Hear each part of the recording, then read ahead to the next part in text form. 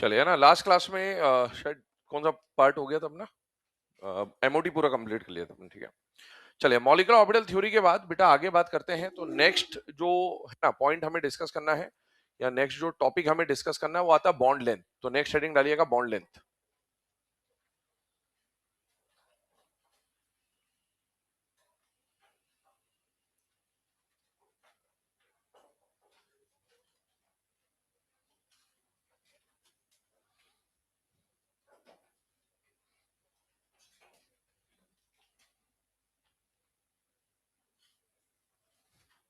चलिए ना, अगला टॉपिक जो हम लोग स्टार्ट कर रहे हैं बेटा, दैट इज बॉन्ड लेंथ। अब बॉन्ड लेंथ के बारे में कुछ पॉइंट्स हैं, पहले मैं डिस्कस कर दे रहा हूं, ध्यान सुनना।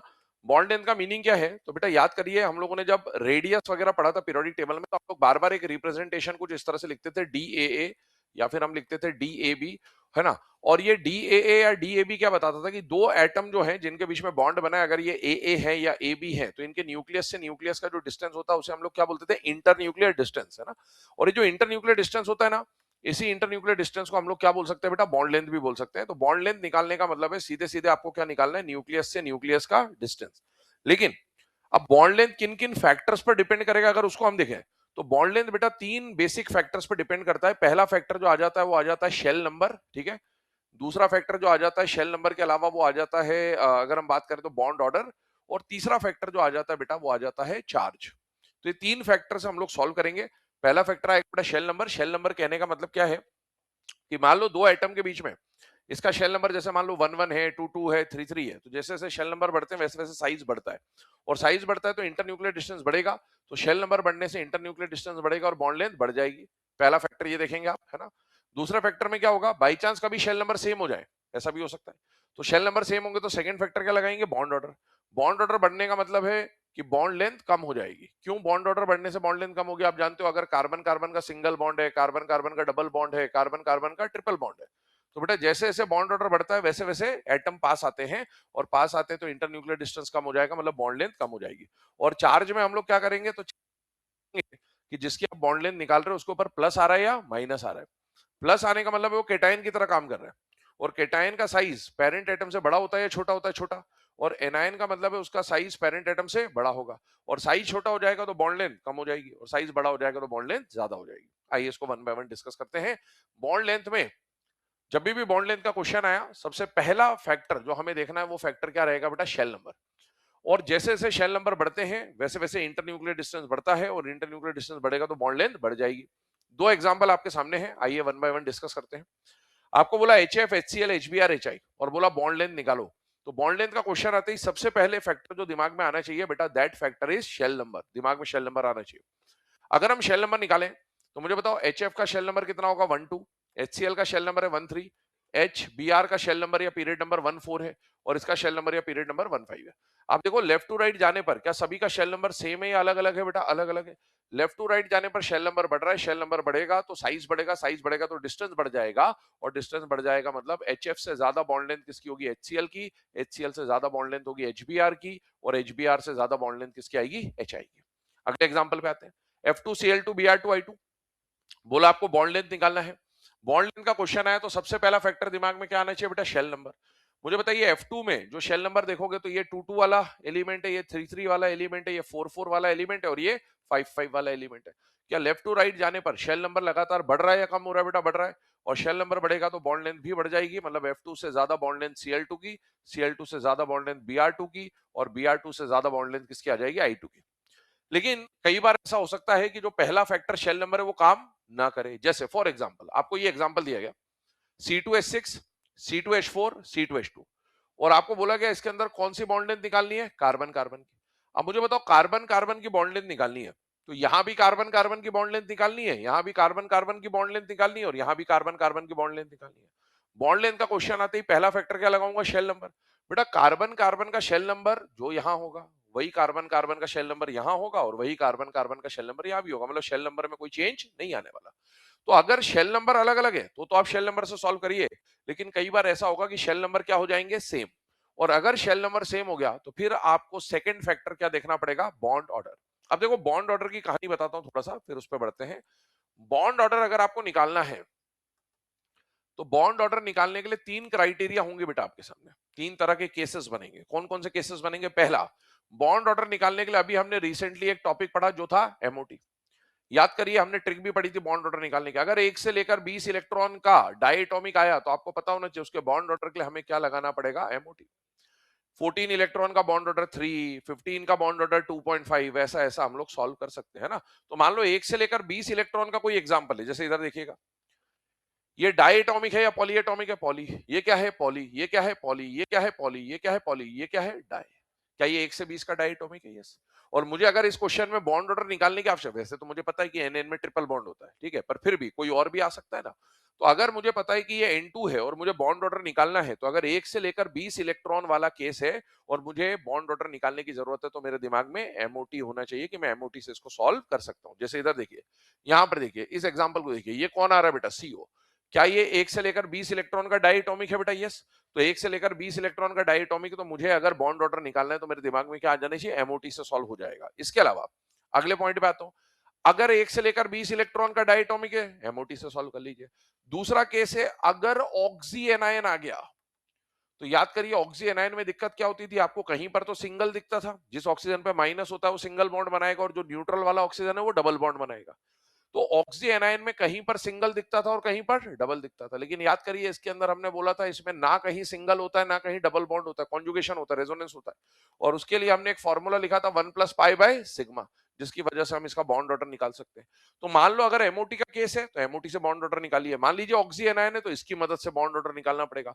और अगर इन दोनों का केस नहीं है, कोई और आ गया, तो फिर आपको सीधे सीधे जो भी मॉलिक्यूल दिया होगा उसका क्या बनाना पड़ेगा? स्ट्रक्चर। स्ट्रक्चर बनाओगे तब पता चलेगा कि उसके अंदर सिंगल बॉन्ड है कि डबल बॉन्ड है कि ट्रिपल बॉन्ड है। ध्यान से देखिएगा, चेक करिए इसे, है ना। आपको बोला सीसी का बॉन्ड लेंथ निकालना है। मुझे बताओ, बॉन्ड लेंथ का क्वेश्चन आते ही पहला फैक्टर दिमाग में क्या आना चाहिए? Shell number. बेटा लेकिन कार्बन कार्बन का जो शेल नंबर यहां होगा, यहां भी 22 होगा, यहां भी 22 होगा, यहां भी 22 होगा, शेल नंबर क्या हो गया? सेम। शेल नंबर सेम हो गया तो सेकंड फैक्टर क्या देखना है? Bond order. अब बॉन्ड ऑर्डर के लिए इसको देखें जरा, तो मैंने यहां पर पहले से स्ट्रक्चर ओपन करके रखा है। C2H6 आ जाए, C2H4 आ जाए, C2H2 आ जाए, हाइड्रोकार्बन है, आप स्ट्रक्चर आराम से बना सकते हैं। और बेटा इसमें अगर मैं शेल नंबर काम नहीं कर रहा तो मैं बॉन्ड ऑर्डर निकालूंगा, पर बॉन्ड ऑर्डर के लिए मुझे बताइए, इसमें ना तो एमओटी लगेगा ना ये ऑक्सी एनायन है, इसमें ना तो एमओटी लगेगा ना ये ऑक्सी एनायन है, इसमें ना तो एमओटी लगेगा ना ये ऑक्सी एनायन है। तो मुझे स्ट्रक्चर बनाना पड़ेगा और मैंने स्ट्रक्चर ऑलरेडी बना दिया इनका, क्योंकि इनका स्ट्रक्चर आपको आता ही है। तो आप देखो, कार्बन कार्बन का बॉन्ड ऑर्डर देखो, यहाँ कार्बन कार्बन में कैसा बॉन्ड है बेटा? सिंगल। यहाँ कार्बन कार्बन में डबल बॉन्ड है और यहाँ कार्बन कार्बन में ट्रिपल बॉन्ड है या बॉन्ड ऑर्डर 3 है। अब मुझे बताओ, जैसे जैसे बॉन्ड ऑर्डर बढ़ता है वैसे वैसे बॉन्ड लेंथ बढ़ेगी या कम हो जाएगी? कम हो जाएगी, क्योंकि जितने ज्यादा बॉन्ड बनते जाएंगे अट्रैक्शन बढ़ता जाएगा, अट्रैक्शन बढ़ता जाएगा तो पास आते जाएंगे। इसका मतलब है C2H6 में जो कार्बन कार्बन की बॉन्ड लेंथ है, C2H4 में जो कार्बन कार्बन की बॉन्ड लेंथ है, और C2H2 में जो कार्बन कार्बन की बॉन्ड लेंथ है बेटा, सिंगल बॉन्ड वाले की बॉन्ड लेंथ सबसे ज्यादा और ट्रिपल बॉन्ड वाले की बॉन्ड लेंथ सबसे कम हो जाएगी। अगले क्वेश्चन पे आते हैं, देखिए एक साथ लिख लीजिएगा। मान लो आपको इस सेकंड वाले क्वेश्चन में N2 दिया, N2H2 दिया, N2H4 दिया और बोला कौन सी बॉन्ड लेंथ निकालनी है? Nn की। अब मुझे बताओ, बॉन्ड लेंथ का क्वेश्चन आते ही सबसे पहला फैक्टर क्या लगाऊंगा? Shell number. किसका शेल नंबर निकालना है? Nn का। Nn का शेल नंबर यहां भी देखना है, Nn का शेल नंबर यहां भी देखना है, Nn का शेल नंबर यहां भी देखना है। अब तीनों जगह अगर एलिमेंट ही सेम है तो शेल नंबर तो सेम ही आएगा बेटा। तो शेल नंबर तो सेम हो गया। अब अगर शेल नंबर काम नहीं करता तो सेकंड नंबर का फैक्टर क्या देखना होता है? Bond order. अब बॉन्ड ऑर्डर अगर मैं लगाऊं तो बेटा क्या N2 जो है इसको मैं एमओटी से सॉल्व कर सकता हूं? बेटा बिल्कुल कर सकता हूं। और एमओटी से मुझे पता है कि इसमें 14 इलेक्ट्रॉन है, 14 इलेक्ट्रॉन का बॉन्ड ऑर्डर कितना आता है? 3, है ना। और वैसे भी मुझे N2 का स्ट्रक्चर भी पता है, पर बाकियों के लिए भी हमें कम से कम टेक्निक समझ में आना चाहिए कि एमओटी से सॉल्व हो रहा है। अच्छा, तो Nn का बॉन्ड ऑर्डर कितना हो गया? 3। N2H2 और N2H4 का स्ट्रक्चर बनाना सीखना है। अब स्ट्रक्चर कैसे बनाना, ध्यान सुनो। जैसे आप हाइड्रोकार्बन बनाते हो वैसे ये हाइड्रो नाइट्रोजन एक तरह का। अब इसका स्ट्रक्चर कैसे बनाए? कार्बन की कोवेलेंसी कितनी होती है? 4। नाइट्रोजन की कोवेलेंसी 3 होती है। याद करिए, नाइट्रोजन के पास एक लोन पेयर होता है और 3 अनपेयर्ड होते हैं, उसको 3 अनपेयर्ड की पेयरिंग करानी है। अब सुनो, जैसे आपने यहां C2 आया तो 2 कार्बन बीच में बना दिए, C2 आया तो 2 कार्बन बीच में बना दिए, C2 आया तो 2 कार्बन बीच में बना दिए। यहां N2 आ रहा है तो 2 नाइट्रोजन बना दो पहले, तो ऐसे। इसमें भी N2 आ रहा है तो 2 नाइट्रोजन बना दो, ऐसे। अब मुझे बताइए, यहां पर हाइड्रोजन कितने हैं? 2। हाइड्रोजन जितने भी उसको दोनों नाइट्रोजन, क्योंकि नाइट्रोजन सेंट्रल एटम है, तो दोनों नाइट्रोजन पे इक्वली डिस्ट्रीब्यूट करने की कोशिश करो जब तक हो सकता है। दो हाइड्रोजन है, एक हाइड्रोजन इसको दे दो, एक हाइड्रोजन इसको दे दो। हाइड्रोजन जब आता है तो कैसा बॉन्ड बनाता है? सिंगल। हाइड्रोजन आता है तो कैसा बॉन्ड बनाता है? सिंगल। नाइट्रोजन को बॉन्ड कितने बनाने? तीन। तीन अनपेयर्ड है इसके पास, एक की तो पेयरिंग हो गई, एक की तो पेयरिंग हो गई, इसके पास भी दो अनपेयर्ड है, इसके पास भी दो अनपेयर्ड है, और दोनों अनपेयर्ड की पेयरिंग करने के लिए और कोई तो नहीं आ रहा, तो ये अपना डबल बॉन्ड बना लेंगे, इस तरह से बन जाएगा, है ना। N2H4 की बात करें, दोनों नाइट्रोजन मैंने बना दिए, हाइड्रोजन कितने आ रहे हैं? चार। तो बेटा दोनों नाइट्रोजन पे हाइड्रोजनों को इक्वल अमाउंट में डिस्ट्रीब्यूट करो। तो बेटा चार में से दो इसको दे दो, दो इसको दे दो। अगर हम देखें तो यहां दो हाइड्रोजन बना दिए, इसका बॉन्ड इसका बॉन्ड, और यहां भी दो हाइड्रोजन बना दिए, इसका बॉन्ड इसका बॉन्ड। अब नाइट्रोजन को तीन बॉन्ड बनाने थे, तीन में से दो बॉन्ड ऑलरेडी बन गए, तो यहां पर कैसा आएगा? सिंगल बॉन्ड आ जाएगा। ये जो N2H4 है, इसको हाइड्राजीन बोला जाता है। क्या बोला जाता है इसको? हाइड्राजीन। नाम याद रखिएगा, हाइड्राजीन। आगे कोऑर्डिनेशन कंपाउंड में एज अ लिगेंड काम आएगा, तो वहां भी हम नाम लिखेंगे। तो N2H4 is known as hydrazine. अब सुनो, यहां पर अगर मैं बात करूं, स्ट्रक्चर बना लिए मैंने, यहां एन एन का ट्रिपल बॉन्ड है, यहां पर बताइए एन एन का कैसा बॉन्ड है बेटा? डबल। और यहां एन एन का कैसा बॉन्ड है बेटा? सिंगल। तो यहां तीन बॉन्ड है, यहां दो बॉन्ड है, और यहां एक बॉन्ड है। जिसका बॉन्ड ऑर्डर ज्यादा, उसकी बॉन्ड लेंथ कम। तो बेटा इसका मतलब ये हुआ कि N2 में जो एन एन की बॉन्ड लेंथ है ना, ये रिप्रेजेंटेशन भी समझ में आने चाहिए आपको कि क्या लिखा जा रहा है। N2H2 में जो एन एन की बॉन्ड लेंथ है बेटा, और N2H4 में जो एन एन की बॉन्ड लेंथ है बेटा, तो इन तीनों में से सबसे छोटी बॉन्ड लेंथ N2 की, उससे बड़ी बॉन्ड लेंथ N2H2 की, और सबसे बड़ी बॉन्ड लेंथ N2H4 की ना। ये जो रिप्रेजेंटेशन लिखे हैं, ये समझ में आने चाहिए, एग्जाम में पता चला ऐसे लिख के आ जाए। अब अपने को समझ ही नहीं आ रहा कि C2H6 में CC क्या लिखा है इसने, तो समझ में आना चाहिए कि ये क्या कह रहा है। C2H6 में CC की बॉन्ड लेंथ की बात कर रहा है, कुछ इस तरह की बात है ना, ये समझ में आने चाहिए रिप्रेजेंटेशन।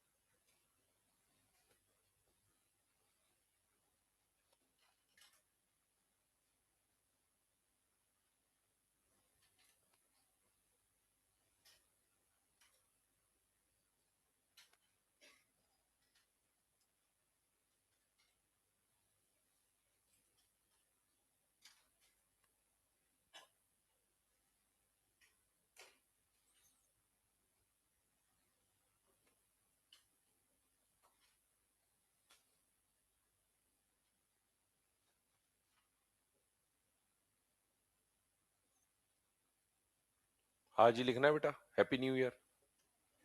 हाँ, लिखने के लिए बोला है, जल्दी जल्दी लिखो, पुराना साल गया, धीमे धीमे लिखना बंद कर दो, फटाफट लिखो। हुआ कुछ हॉस्टल में प्रोग्राम वोग्राम हुआ किसी के? है कुछ नहीं हुआ? हुआ होगा, कहीं तो हुआ होगा, ऐसा तो हो ही नहीं सकता।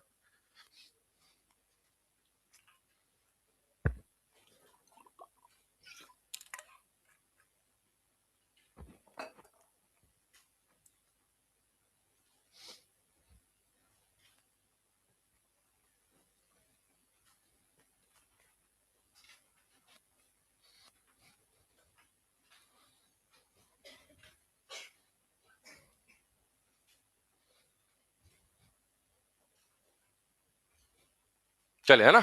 अब इसके आगे बढ़ते हैं बेटा, ये दो एग्जाम्पल अभी हम लोगों ने देखे, दो एग्जाम्पल के बाद कुछ और एग्जाम्पल्स पे हम लोग डिस्कशन कर रहे हैं, ध्यान से देखिएगा। ये वाला जो एग्जाम्पल अभी हम लोग देख रहे हैं थर्ड नंबर पे, वेरी वेरी इंपॉर्टेंट एग्जाम्पल है ना, कई बार एग्जाम में पूछा जा चुका है। आपको दिया CO CO2 कार्बोनेट, और ये आयन का नाम बताओ।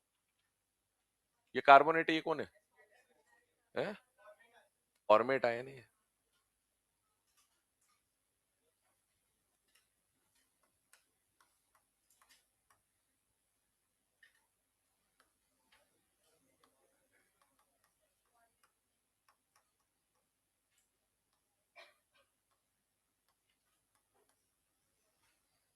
है ना। एक एसिड का आयन 8 बनता है, बताया था आपको। तो ये फॉर्मेट आयन है। अब ये फॉर्मेट आयन को कई बार क्या कर देगा, ऐसे लिखने के बजाय ऐसा लिख देगा। अभी तो फिर भी समझ में आ जाता है, ऐसे लिख दिया, ऐसे लिख दिया तो बच्चा इसको कार्बोनेट और इसको बाइकार्बोनेट बोल देता है। ये बाइकार्बोनेट, ये थोड़ी है बाइकार्बोनेट, तो ये होता है। तो ये जल्दबाजी में ध्यान रखना, उसको है ना बाइकार्बोनेट मत समझ लेना, जल्दबाजी में गड़बड़ कर दो, है ना। कौन सा आयन है ये, फॉर्मेट आयन है। अब आपको बोला इसके अंदर किसकी बॉन्ड लेंथ निकालनी है बेटा, सीओ की। अब मुझे बताओ बॉन्ड लेंथ का क्वेश्चन आते ही सबसे पहला फैक्टर क्या लगाना है, शेल नंबर। बेटा सीओ का जो शेल नंबर यहां होगा, सीओ का वही शेल नंबर यहां होगा, सीओ का वही शेल नंबर यहां होगा, सीओ का वही शेल नंबर यहां होगा, सीओ का शेल नंबर तो बदल नहीं वाला।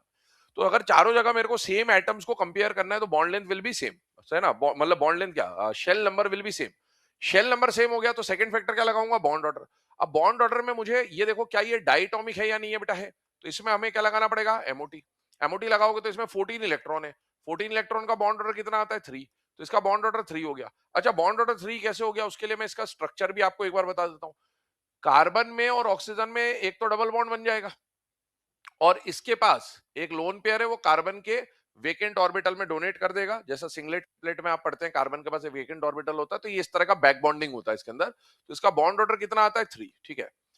इसके बाद अगर बात करें CO2, CO2 में बेटा ना तो ये डाइटोमिक है और ना ही ऑक्सी एनायन है, तो आपको इसका क्या बनाना पड़ेगा, स्ट्रक्चर। CO2 का स्ट्रक्चर हर किसी को आता है, अगर इस लेवल पे CO2 का स्ट्रक्चर भी नहीं आता तो खत्म हो चुकी है आपकी तैयारी, ठीक है। यहां पर अगर आप देखें तो बॉन्ड ऑर्डर 2 है। हाँ CO2 का स्ट्रक्चर नहीं आता तो फिर क्या ही करोगे बेटा, है ना।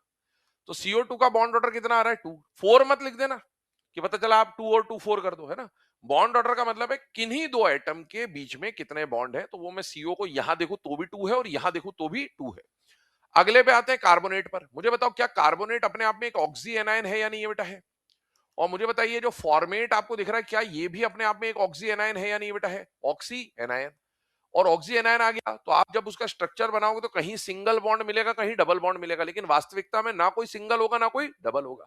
आप चेक करिए। अच्छा बाई चांस एग्जाम में जब आप सॉल्व कर रहे हो और आपको ऑक्सी एनायन वाला पॉइंट याद नहीं आता, तो भी एक छोटा सा पॉइंट होता है जो अगर दिमाग में रख पाओ तो सॉल्व हो जाएगा। क्या होता है देखो, जैसे कार्बोनेट का स्ट्रक्चर बनाओगे आप, अल्टीमेटली कार्बोनेट का जब आप स्ट्रक्चर बनाओगे तो ऐसा स्ट्रक्चर बनेगा बेटा। अब मुझे बताओ मुझे किसकी बॉन्ड लेंथ निकालनी है, सीओ की। समझना, अगर मैं ये वाला सीओ लेता हूं, है ना, मैंने रेजोनेंस नहीं कराया तो क्या गड़बड़ी होगी, आपको खुद स्ट्रक्चर देख के समझ में आ जाना चाहिए कि रेजोनेंस लगेगा। मैंने अगर यहां डबल बॉन्ड लिया तो मुझे बताओ बॉन्ड ऑर्डर कितना आएगा, 2। बॉन्ड ऑर्डर 2 आया, इसका बॉन्ड ऑर्डर 3 है, इसका 2 है, इसका 2 दिखेगा। अभी मान लेते हैं अगर ऊपर वाला बॉन्ड आपने देख लिया तो आपको बॉन्ड ऑर्डर 2 दिखेगा। अब मान लो अगर मैंने ये वाला बॉन्ड लिया होता तो मुझे बॉन्ड ऑर्डर कितना दिखता, 1। अगर मैं 2 लेके चलता हूं तो मुझे बताओ इसका जो भी ऑर्डर बनेगा, है ना, तीनों का ऑर्डर बनाएंगे, और अगर मैं 1 लेता हूं तो क्या वो ऑर्डर, दोनों ऑर्डर सेम होंगे, अलग अलग होंगे, अलग अलग हो जाएंगे भैया। 2 लोगे तो ऑर्डर में वो कहीं और बैठेगा, 1 लोगे तो ऑर्डर में कहीं और बैठेगा, और एक ही क्वेश्चन के 2 आंसर तो नहीं हो सकते कम से कम। तो आपको समझ में आना चाहिए कि जब भी ऐसी बात हो ना कि भैया ये रखूंगा तो आंसर कुछ और बनेगा, ये रखूंगा तो आंसर कुछ और बनेगा, तो आपको समझ में आना चाहिए कि एक्चुअल में ना कहीं डबल है ना कहीं सिंगल है, हर जगह क्या होने वाला है, रेजोनेंस होने वाला है। पार्शियल डबल बनाना है आपको। अब उस पार्शियल डबल को बनाने के लिए आपको यहां पर लगाना पड़ेगा रेजोनेंस। रेजोनेंस के थ्रू आप क्या निकालोगे, इसका बॉन्ड ऑर्डर। अगर आप इसका बॉन्ड ऑर्डर निकालने जा रहे हो तो बॉन्ड ऑर्डर का फॉर्मूला क्या है, 1 प्लस पाई बाय सिग्मा। मुझे बताइए कितना पाई बॉन्ड है, 1। और क्या ये पाई बॉन्ड तीनों जगह डीलोकलाइज होगा बेटा, यस। तो जितने सिग्मा में डीलोकलाइज होगा वो लिख दो, 1 प्लस 1/3। इसका बॉन्ड ऑर्डर आएगा 1.33, मतलब ना कहीं सिंगल है ना कहीं डबल है, हर जगह 1.33 बॉन्ड है। फॉर्मेट आयन का स्ट्रक्चर बनाते हैं, देखो ध्यान से। फॉर्मिक एसिड का स्ट्रक्चर आपको आता ही है, बस उसी का आयन बना देना। यहाँ H आ जाएगा, H प्लस चला गया, ये इसका स्ट्रक्चर बन गया। मुझे बताओ यहां पर अगर मैं CO लूंगा तो क्या दिखेगा, डबल बॉन्ड। डबल बॉन्ड लूंगा तो ऑर्डर कुछ और बनेगा, और यहां देखूंगा तो सिंगल बॉन्ड लिखूंगा तो ऑर्डर कुछ और बनेगा। मतलब मुझे समझ में आना चाहिए ना डबल है ना सिंगल है, क्या लगेगा, रेजोनेंस लगेगा। रेजोनेंस लगेगा तो एक बात बताओ, इसमें रेजोनेंस में क्या केवल यही वाला हिस्सा पार्टिसिपेट करने वाला है बेटा, यस। H का तो कोई काम है ही नहीं रेजोनेंस में। तो आप देखो जब आप इसका बॉन्ड ऑर्डर निकालोगे तो बॉन्ड ऑर्डर का फॉर्मूला है 1 plus pi by sigma. Pi bond तो एक है, और कितनी जगह डीलोकलाइज होगा, 2 जगह। इसको मत गिन लेना सिग्मा में, क्योंकि वहां तो रेजोनेंस हो ही नहीं रहा ना, वहां डीलोकलाइजेशन नहीं हो रहा। तो 1 प्लस पाई बाय सिग्मा, इसका बॉन्ड ऑर्डर कितना आएगा, 1.5। अब एक का बॉन्ड ऑर्डर 3 है, एक का 2 है, एक का 1.5 है, एक का 1.33 है। जिसका बॉन्ड ऑर्डर सबसे कम उसकी बॉन्ड लेंथ सबसे ज्यादा, जिसका बॉन्ड ऑर्डर सबसे ज्यादा उसकी बॉन्ड लेंथ सबसे कम। तो बेटा यहां पर अगर मैं बॉन्ड लेंथ के बारे में बात करूं तो CO के अंदर CO की बॉन्ड लेंथ सबसे छोटी होगी, CO2 में CO की बॉन्ड लेंथ थोड़ी सी ज्यादा होगी। फॉर्मेट आयन HCOO माइनस में CO की बॉन्ड लेंथ और ज्यादा हो जाएगी, और कार्बोनेट आयन के अंदर जो आपको CO की बॉन्ड लेंथ मिलेगी वो सबसे ज्यादा मिलेगी। मल्टीपल टाइम एग्जाम में आ चुका क्वेश्चन है। अगले पे आते हैं, ध्यान से देखिएगा। अगले वाले एग्जांपल में आपको दिया बेटा फॉस्फेट सल्फेट परक्लोरेट, और किसकी बॉन्ड लेंथ बोली है? XO। एक्स का मतलब अब अगर यहां पर अगर ऐसा क्वेश्चन है तो एक्स क्या समझोगे? हेलोजन तो है ही नहीं इसमें, कहां हेलोजन है, उसमें कहां हेलोजन है, ये समझना पड़ेगा। कई बार ऐसा होगा कि ऐसा रिप्रेजेंटेशन दे देगा अपन को समझ ही नहीं आ रहा क्या हो गया क्वेश्चन में ना। हाँ, एक्स का मतलब यहां पर सेंट्रल एटम है। बेसिकली आप इसका स्ट्रक्चर जब बनाओगे तो इसमें एक ही तरह के बॉन्ड मिलेंगे, पीओ पीओ पीओ पीओ के बॉन्ड मिलेंगे। यहाँ पर एसओ एसओ एसओ एसओ के बॉन्ड मिलेंगे, यहाँ सीएलओ सीएलओ सीएलओ सीएलओ के बॉन्ड मिलेंगे। मतलब सेंट्रल एटम और ऑक्सीजन की बात कर रहा है बेटा। जब भी बॉन्ड लेंथ का क्वेश्चन आएगा, मतलब यहाँ पर आपको किसकी बॉन्ड लेंथ निकालनी है? पीओ की। यहाँ किसकी निकालनी है? एसओ की। यहाँ किसकी निकालनी है? सीएलओ की। सेंट्रल एटम और ऑक्सीजन की बॉन्ड लेंथ निकालनी है। अब मुझे बताओ, बॉन्ड लेंथ का क्वेश्चन आते ही पहला फैक्टर क्या लगाएंगे? Shell number. बेटा shell number 32, shell number 32, shell number 32। क्या शेल नंबर सेम हो गया बेटा? यस। अगर शेल नंबर सेम हो गया तो सेकंड फैक्टर क्या लगाना है? Bond order. अब इसके अंदर अगर बॉन्ड ऑर्डर निकालना है तो क्या ये सारे के सारे ऑक्सी एनायंस हैं या नहीं है बेटा? है। तो ये सब के सब ऑक्सी एनायन है बेटा। और अगर ये सारे ऑक्सी एनायंस हैं तो आपको क्या लगाना पड़ेगा बेटा? रेजोनेंस। ऑक्सी एनायन है ये सारे के सारे, तो आपको क्या करना पड़ेगा? Apply resonance. इनका स्ट्रक्चर मैं नहीं बना रहा हूं, मैं ऑलरेडी बॉन्ड एंगल के समय पर इनके स्ट्रक्चर आपको बनवा चुका हूं, तो मैं डायरेक्ट बस बॉन्ड ऑर्डर लिख रहा हूं। इसका जब आप 1 प्लस पाई बाय सिग्मा करोगे तो इसका बॉन्ड ऑर्डर 1.25 आएगा। इसका जब आप 1 प्लस पाई बाय सिग्मा करोगे इसका बॉन्ड ऑर्डर 1.5 आएगा। और इसका जब आप 1 प्लस पाई बाय सिग्मा करोगे तो इसका बॉन्ड ऑर्डर 1.75 आएगा। और बेटा अगर शेल नंबर सेम है और जैसे जैसे बॉन्ड ऑर्डर बढ़ रहा है तो वैसे वैसे बॉन्ड लेंथ कम होती जाएगी। इसका मतलब है फॉस्फेट के अंदर जो पीओ की बॉन्ड लेंथ है, सल्फेट के अंदर जो एसओ की बॉन्ड लेंथ है, और परक्लोरेट के अंदर जो सीएलओ की बॉन्ड लेंथ है बेटा, इनके अंदर डिफरेंस आ जाएगा। जहां पर बॉन्ड ऑर्डर कम उसकी बॉन्ड लेंथ ज्यादा, और जहां पर बॉन्ड ऑर्डर ज्यादा उसकी बॉन्ड लेंथ कम। इन तीनों के बारे में अगर आप याद करो, बॉन्ड एंगल का समय जब हमने पढ़ा था तो इन तीनों का बॉन्ड एंगल बराबर आया था। ये रेगुलर ज्योमेट्री और रेगुलर ज्योमेट्री से बेटा। और मैंने आपको एक बात बोली थी उस समय पे, किसी भी दो एटम में उस समय लगता है कि सर बॉन्ड ऑर्डर तो अलग अलग है लेकिन एंगल बराबर कैसे हो गया? तो मैंने आपको बोला था एंगल को अपने, है ना, रिपल्शन को कम करने के दो तरीके होते हैं, या तो एंगल बढ़ा लो या लेंथ बदल लो, है ना, इस तरह की बात। इनका एंगल बराबर होता है लेकिन इनकी लेंथ अलग अलग अलग होती है। तो ये लेंथ चेंज करके अपने बॉन्ड, मतलब जो रिपल्शन है उसको क्या कर लेते हैं बेटा? बराबर कर लेते हैं। बाकी इनका एंगल सेम रहेगा, रिपल्शन को कंपनसेट करने के लिए दे चेंज देयर लेंथ।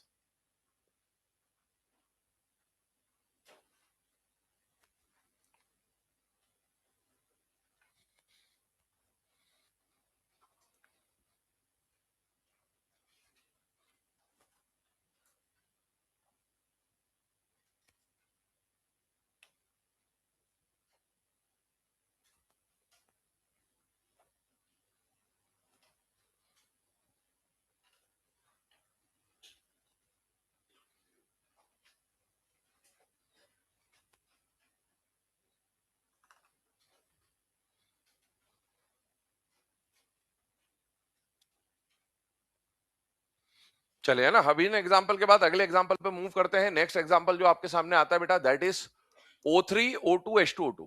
और आपको बोला गया किसकी बॉन्ड लेंथ कंपेयर करनी है बेटा? OO की। ऑक्सीजन ऑक्सीजन की बॉन्ड लेंथ अगर कंपेयर करनी है तो बेटा OO का जो शेल नंबर यहां होगा वही शेल नंबर यहां होगा, वही शेल नंबर यहां होगा। Shell number is same. Shell number same हो गया तो सेकंड नंबर का फैक्टर क्या लगाना है? Bond order. अब बॉन्ड ऑर्डर के लिए आप देखो, O2 में तो मैं MOT लगा दूंगा। एमओटी लगा दूंगा तो मुझे पता है ओ के बीच में कैसा बॉन्ड बनता है? डबल बॉन्ड बनता है। तो मैं डायरेक्ट भी लिख सकता हूँ कि इसका बॉन्ड ऑर्डर 2 है, लेकिन मैंने एमओटी लगा के भी सॉल्व कर सकता हूँ। 16 इलेक्ट्रॉन का बॉन्ड ऑर्डर 2 है। बाकियों में अगर मैं बात करूं तो O3 में एमओटी नहीं लगेगा, तो इसमें आपको स्ट्रक्चर बनाना पड़ेगा। और बेटा ओजोन का जो स्ट्रक्चर है वो स्ट्रक्चर इस तरह का होता है बेटा, यहां पर आता है +1 और यहां आता है -1, है ना, कोऑर्डिनेट बॉन्ड होता है, ये स्ट्रक्चर है इसका। अब अगर आप देखो तो ये जो स्ट्रक्चर है इसमें एक बात बताओ, अगर मैं ओ का बॉन्ड लेंथ देख रहा हूं तो यहाँ ओ का बॉन्ड ऑर्डर 2 दिख रहा है और यहाँ ओ का बॉन्ड ऑर्डर 1 दिख रहा है। अगर मैं 2 और 2 लेके चलूंगा तो ऑर्डर कुछ और बनेगा। अगर मैं 1 और 2 लेके चलूंगा तो ऑर्डर कुछ और बनेगा। इसका मतलब मुझे समझ में आना चाहिए यहाँ पाई बॉन्ड क्या होने वाला है बेटा? डिलोकलाइज होने वाला है। इसका मतलब यहाँ पर क्या लगेगा बेटा? रेजोनेंस। और रेजोनेंस लगेगा तो मुझे निकालना पड़ेगा बॉन्ड ऑर्डर। बॉन्ड ऑर्डर का फॉर्मूला है 1 प्लस पाई बाय सिग्मा, दो जगह डिलोकलाइज होगा तो इसका बॉन्ड ऑर्डर कितना आएगा? 1.5। अगले पे चलता हूं, H2O2। क्या हाफ ओपन बुक स्ट्रक्चर हम लोग पहले भी बात कर चुके हैं? तो बेटा yes, half open book like structure होता है इसका। ये आ गया इसका स्ट्रक्चर। और इसमें आप देखो कि H2O2 में जो OO का बॉन्ड लेंथ है या बॉन्ड ऑर्डर है, सॉरी, वो कितना दिख रहा है? 1। H2 के स्ट्रक्चर को पहले ही बता चुका हूं पीरियोडिक टेबल के समय पे आपको, इसके स्ट्रक्चर को क्या बोला जाता है? Half open book like structure, नाम याद होना चाहिए ना। अब आप देखो तीनों के बॉन्ड ऑर्डर सेम है या अलग अलग है? बेटा अलग अलग है। जिसका बॉन्ड ऑर्डर ज्यादा उसकी बॉन्ड लेंथ कम। तो बेटा O2 की बॉन्ड लेंथ, जो O2 में O की बॉन्ड लेंथ है, सबसे कम होगी। O3 में OO की बॉन्ड लेंथ थोड़ी ज्यादा हो जाएगी और H2O2 में OO की बॉन्ड लेंथ जो है वो सबसे ज्यादा हो जाएगी। नोट करिए इसे, आगे बढ़ते हैं।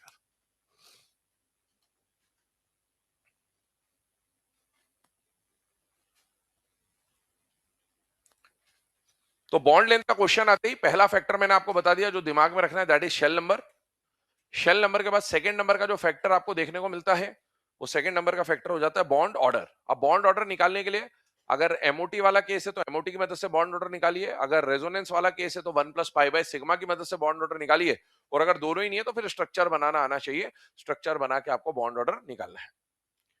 अब अगले पे आते हैं। अगला केस देखिए, मान लो अभी तक जो दो फैक्टर हम लोग लगा रहे थे वो दोनों फैक्टर क्या हो जाए? सेम, मतलब शेल नंबर भी सेम हो जाए और बॉन्ड ऑर्डर भी सेम हो जाए। तो तीसरे नंबर पे एक फैक्टर आता है, वो फैक्टर हमने लिखा है, हम सॉल्व चार्ज से करेंगे, बट एक फैक्टर आता है, वो आता है परसेंटेज पी कैरेक्टर। ये जो फैक्टर है ये सिर्फ अपन नाम मात्र के लिए पढ़ रहे हैं ताकि अपने को बस ये रिलेशन पता रहे, इसको हम यूज नहीं करेंगे, बस ये पता होना चाहिए कि ऐसा कुछ होता है। क्या लिखा है यहां पर, ध्यान सुनना। हमने एक रिलेशन लिखा, याद करो जब हमने बॉन्ड एंगल पढ़ा था तो बॉन्ड एंगल के समय पे एक रिलेशन लिखा था, bond angle is directly proportional to percentage s character और bond length will be directly proportional to percentage p character. ये दो रिलेशन होते हैं जो हमारे दिमाग में होने चाहिए। हमने बॉन्ड एंगल को भी एस से सॉल्व नहीं करा था, हमने हाइब्रिडाइजेशन से सॉल्व करा था। वैसे ही हम इसको भी पी से सॉल्व नहीं करेंगे, बट कभी एग्जाम में लिखा हुआ आ जाए स्टेटमेंट वाला क्वेश्चन कि as the s character increases bond angle increases, या as the p character increases bond length increases, तो हमें कम से कम जानकारी में होना चाहिए कि ऐसा कोई डिपेंडेंसी होता है। पी कैरेक्टर बढ़ने से बॉन्ड लेंथ कैसे बढ़ता है उसकी कहानी बताता हूं। बेटा याद करो हाइब्रिड ऑर्बिटल का जब हमने स्ट्रक्चर बनाया था तो हमने उसमें दिखाया था कि दो तरह के लोब होते हैं, एक माइनर लोब होता है और एक मेजर लोब होता है।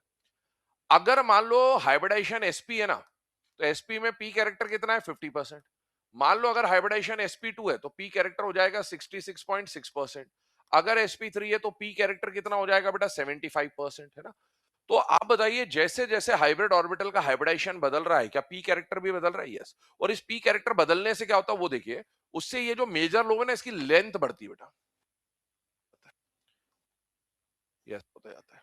तो होगा क्या कि जब मेजर लोब की लेंथ बढ़ेगी तो कहीं ना कहीं इंटर न्यूक्लियर डिस्टेंस बढ़ जाएगा, क्योंकि ओवरलैपिंग करने मान लो एस ला रहा हूं तो एस यहां पर आके ओवरलैप करेगा, एस यहां पर आके ओवरलैप करेगा, एस यहां पर ओवरलैप करेगा, और ओवरलैप करेगा तो इसके न्यूक्लियस से इसके न्यूक्लियस का डिस्टेंस, इसके न्यूक्लियस से इसके न्यूक्लियस का डिस्टेंस और इसके न्यूक्लियस से इसका न्यूक्लियस डिस्टेंस जो है वो बढ़ता जाएगा। तो जैसे जैसे परसेंटेज पी कैरेक्टर बढ़ता है वैसे वैसे बॉन्ड लेंथ क्या हो जाती है? बढ़ जाती है। लेकिन अपने को इसको यूज नहीं करना है, क्योंकि यूज करने के लिए हमें बार बार पी कैरेक्टर निकालना पड़ेगा, हाइब्रिडाइजेशन निकालना पड़ेगा, बहुत सारा तामझाम करना पड़ेगा, तो टाइम लेता है। तो हम बस इसको लिख ले रहे हैं, ध्यान से देखिएगा। मान लीजिए आपको दिया sp sp2 sp3 hybrid orbital और बोला गया इसके अंदर बॉन्ड लेंथ या इनके ऑर्बिटल की लेंथ बताइए। तो sp के अंदर p कैरेक्टर 50% है, यहां पर 66.6% है, यहां पर 75% p कैरेक्टर बेटा। और जैसे जैसे p कैरेक्टर बढ़ रहा है ऑर्बिटल की जो लेंथ है वो भी क्या होती जाएगी? बढ़ती जाएगी। तो sp से ज्यादा sp2, sp2 से ज्यादा sp3। लेकिन हम अब p कैरेक्टर तो इस्तेमाल नहीं करेंगे, तो p कैरेक्टर के बदले हम लोग क्या इस्तेमाल कर रहे होंगे? आइए उस पर हम लोग डिस्कशन करते हैं। तो p कैरेक्टर के बदले हमें जो फैक्टर यूज करना है वो रहेगा चार्ज, जो कि सिंपल है, कंपैरेटिवली इजीली काम हो जाता है। तो हम लोग पी कैरेक्टर के बदले जो फैक्टर हम लोग यूज करेंगे वो फैक्टर रहेगा बेटा चार्ज। अब चार्ज वाला फैक्टर कैसे काम करेगा, ध्यान सुनना। मैंने अभी आप तरह के चार्ज आएंगे, या तो पॉजिटिव चार्ज आएगा या नेगेटिव चार्ज आएगा। अगर पॉजिटिव चार्ज आ रहा है तो it will act like a cation, cation की तरह काम करेगा तो साइज क्या हो जाएगा? छोटा। और एनायन की तरह काम करेगा तो साइज क्या हो जाएगा? बड़ा। और साइज छोटा हो रहा है तो इंटरन्यूक्लियर डिस्टेंस कम हो जाएगा, साइज बड़ा हो रहा है तो इंटरन्यूक्लियर डिस्टेंस बढ़ जाएगा। देखिए आइए इसको अप्लाई करते हैं। मान लीजिए आपको एक क्वेश्चन दिया गया H2O2 और O2F2, again very important question, multiple time पूछा जा चुका है ना। H2O2 और O2F2 की बात करें और आपको बोला गया किसकी बॉन्ड लेंथ निकालनी है? OO की। अब याद करो बॉन्ड लेंथ का क्वेश्चन आते ही पहला फैक्टर क्या लगाना है? Shell number. किसका शेल नंबर निकालना है? OO का। बेटा ओ का जो शेल नंबर यहां होगा वही शेल नंबर यहां होगा, shell number same. Second factor bond order, bond order के लिए इसमें एमओटी नहीं लगेगा, इसमें भी एमओटी नहीं लगेगा, इसमें रेजोनेंस नहीं लगेगा, इसमें भी रेजोनेंस नहीं लगेगा, क्योंकि ऑक्सी एनायन नहीं दिख रहे मुझे। तो मुझे इसका क्या बनाना है, स्ट्रक्चर। क्या H2O2 का स्ट्रक्चर ऑलरेडी हम लोग बना चुके हैं, हाफ ओपन बुक लाइक होता है बेटा, यस। और H2O2 का जो स्ट्रक्चर है ना, सेम O2F2 का है, बस H हटाना है, F लगाना है, H हटाना है, F लगाना है, तो H2O2 विल बिकम F2O2 या O2F2। अब देखो शेल नंबर सेम है, फिर हमें निकालना है बॉन्ड ऑर्डर। बॉन्ड ऑर्डर के लिए मैंने स्ट्रक्चर बनाया, मुझे बताइए यहां पर और यहां पर देखकर बताइए ऑक्सीजन ऑक्सीजन का कैसा बॉन्ड है, सिंगल डबल या ट्रिपल, बेटा सिंगल। और यहां पर भी कैसा है, सिंगल। शेल नंबर भी सेम, बॉन्ड ऑर्डर भी सेम।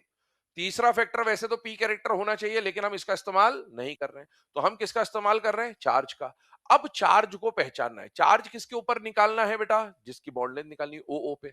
अब मुझे बताओ ओ के इस बॉन्ड की वजह से इस पे कोई चार्ज आएगा या नहीं आएगा, नहीं आएगा। लेकिन क्या हाइड्रोजन की वजह से इस पे चार्ज आएगा या नहीं आएगा, आएगा। ओ की वजह से तो कोई चार्ज नहीं आएगा, लेकिन फ्लोरीन की वजह से चार्ज आएगा। मुझे बताओ H और O में से H का EN कम है, O का EN ज्यादा है। अगर EN ज्यादा है तो इस पे डेल्टा माइनस आएगा बेटा, तो यहां पर O के ऊपर डेल्टा माइनस आएगा, यहां पर O के ऊपर डेल्टा माइनस आएगा। और यहां पर फ्लोरीन की वजह से अगर मैं देखूं तो फ्लोरीन मोर इलेक्ट्रोनेगेटिव है, तो इस पे माइनस आएगा और इस डेल्टा प्लस आएगा, इस पे भी डेल्टा प्लस आएगा। मुझे बताइए माइनस आने का मतलब साइज छोटा हुआ या बढ़ गया, बढ़ गया। बढ़ गया, तो जैसे ही साइज बढ़ेगा तो इंटरन्यूक्लियर डिस्टेंस बढ़ जाएगा, साइज छोटा हो जाएगा तो इंटरन्यूक्लियर डिस्टेंस कम हो जाएगा। इसका मतलब H2O2 में जो OO की बॉन्ड लेंथ है वो ज्यादा, और O2F2 में जो OO की बॉन्ड लेंथ है वो कम मिलेगी।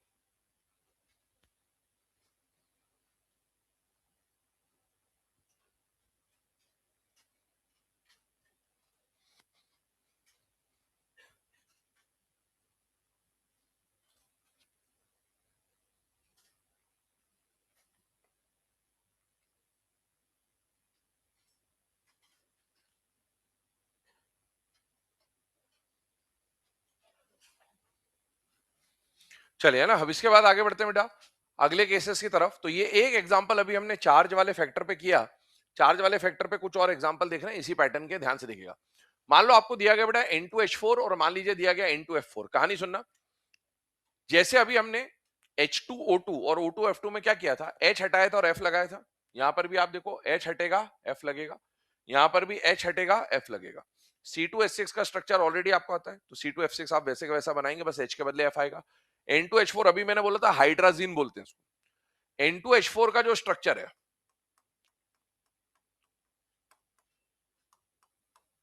ये बनेगा, तो N2F4 इसी पैटर्न में आप हाइड्रोजन को हटा के क्या लगा देंगे बेटा, फ्लोरीन।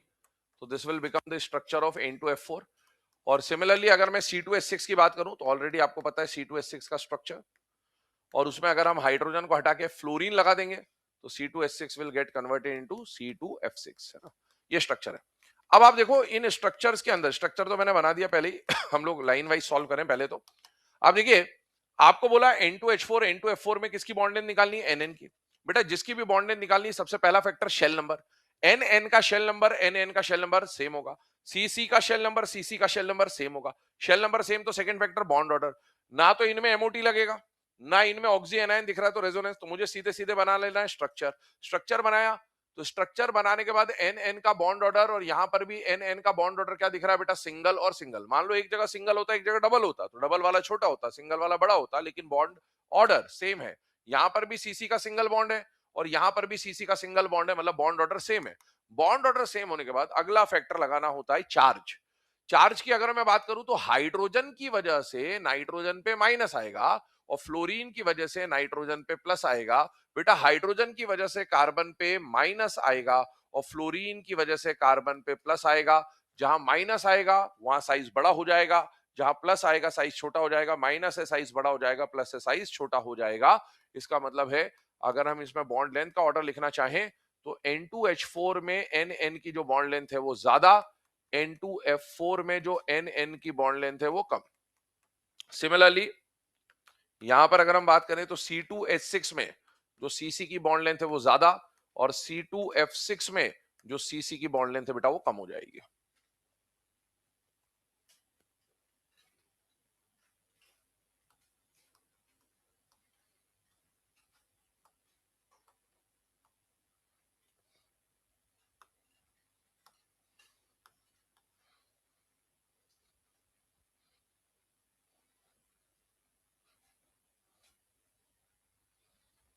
ठीक है, अगला क्वेश्चन आपके सामने लिखा हुआ है, स्ट्रक्चर बना के आपको दिया हुआ है क्वेश्चन में ऑलरेडी और वहां पर एक्स और वाई मैंने रिप्रेजेंट करे हुए हैं, तो आपको उन दोनों को कंपेयर करना है कि एक्स और वाई का बॉन्ड लेंथ बराबर है, कम है, ज्यादा, इस तरह का मान लीजिए कोई क्वेश्चन आपको दिया गया।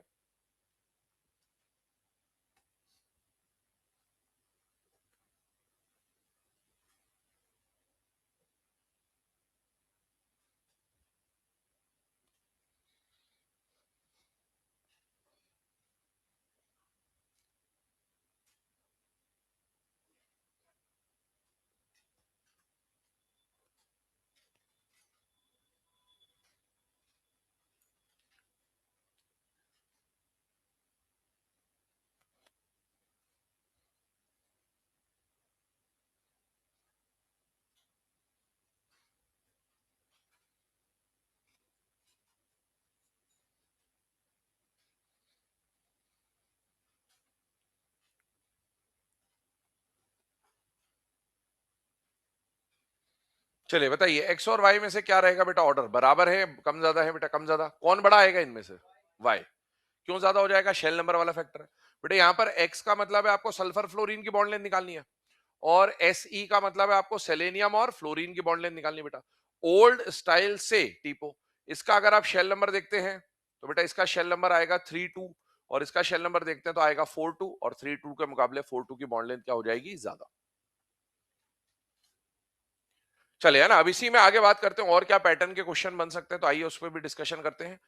बॉन्ड लेंथ में ये जो एक्स और वाई का कंपैरिजन हमने किया, इसी पैटर्न पे एक्स और वाई के और भी कंपैरिजन के क्वेश्चन बना सकता है। आइए यहाँ पर मैं कुछ और क्वेश्चन आपको दे रहा हूं, इसको आपको सॉल्व करना है, वही एक्स और वाई कंपेयर करना है आपको।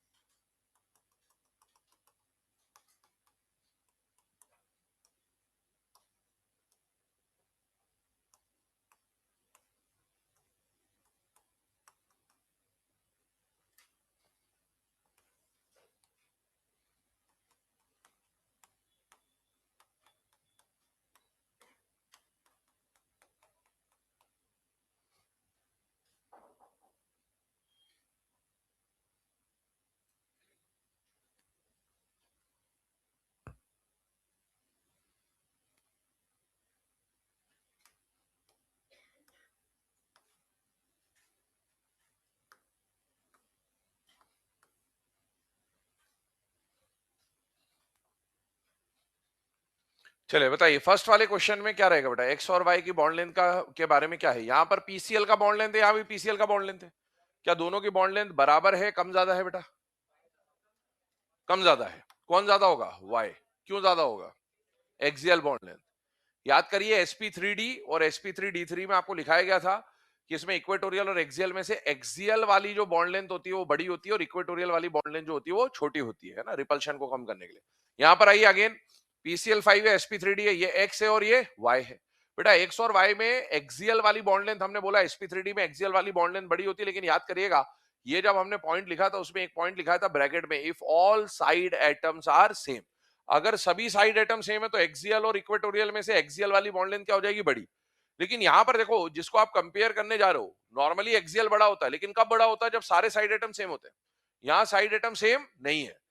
एक्स वाली जो बॉन्ड लेंथ निकाल रहे हो उसमें पीसीएल है, और वाई वाली जो बॉन्ड लेंथ निकाल रहे हो वो पीएफ है। क्या साइड आइटम सेम है या अलग अलग है? अलग अलग।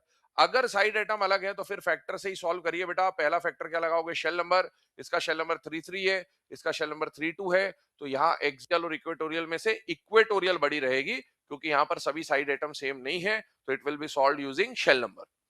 अगले पे आते हैं। अगला क्वेश्चन आपको दिया N2O3 और N2O4, और आपको बोला NN का बॉन्ड लेंथ निकालना है। अब बेटा NN का बॉन्ड लेंथ निकालने चले तो पहला फैक्टर क्या लगाऊंगा? Shell number. NN का शेल नंबर जो यहां होगा वो यहां होगा, शेल नंबर में कोई दिक्कत नहीं है। दूसरा पॉइंट क्या आ रहा है? शेल नंबर के बाद हमें देखना बॉन्ड ऑर्डर। अब बॉन्ड ऑर्डर के लिए मुझे इनके स्ट्रक्चर आने चाहिए। इनके स्ट्रक्चर हम आगे जाके पढ़ेंगे, बट अभी मैं बनवा दे रहा हूं। तो इनके स्ट्रक्चर जब आते हैं तो N2O3 का जो स्ट्रक्चर है ना बेटा, वो कुछ इस तरह से बनता है, और N2O4 का स्ट्रक्चर जो है वो भी मैं बना देता हूं। तो ये इस तरह का स्ट्रक्चर बनेगा N2O4 का। अब आपको इन दोनों स्ट्रक्चर्स की मदद से किसकी बॉन्ड लेंथ कंपेयर करनी है बेटा? NN की, है ना। तो ये वाली बॉन्ड लेंथ आपको निकालनी है, और ये वाली बॉन्ड लेंथ आपको निकालनी है बेटा। बॉन्ड लेंथ निकालने चले तो पहला factor shell number. Shell number क्या हो गया? सेम। शेल नंबर सेम हो गया तो सेकंड फैक्टर क्या निकालूंगा? Bond order. अब मुझे बताओ यहाँ NN का बॉन्ड कैसा है? सिंगल, डबल या ट्रिपल? बेटा सिंगल। और यहाँ पर भी क्या है? सिंगल। तो बॉन्ड ऑर्डर भी क्या हो गया? सेम। फिर हमको तीसरे फैक्टर पे जाना पड़ेगा, वो क्या आएगा? चार्ज। अब बेटा चार्ज के लिए मैं चाहूं तो यहाँ चार्ज देख लूं, और या फिर मैं डायरेक्ट ऑक्सीडेशन स्टेट देख लेता हूं। मुझे बताइए N2O3 में क्या नाइट्रोजन पे +3 आ रहा होगा? बेटा यस। और N2O4 में क्या नाइट्रोजन पे +4 आ रहा होगा? बेटा यस। दोनों पे प्लस आ रहा है, दोनों का साइज छोटा हुआ, लेकिन कंपैरेटिवली +4 बड़ा चार्ज है, और पॉजिटिव चार्ज जेड इफेक्टिव उतना ज्यादा, जेड इफेक्टिव ज्यादा तो साइज उतना छोटा, तो इसमें डिक्रीज ज्यादा हुआ है, तो इसकी बॉन्ड लेंथ छोटी होगी और इसकी बॉन्ड लेंथ कंपैरेटिवली बड़ी होगी।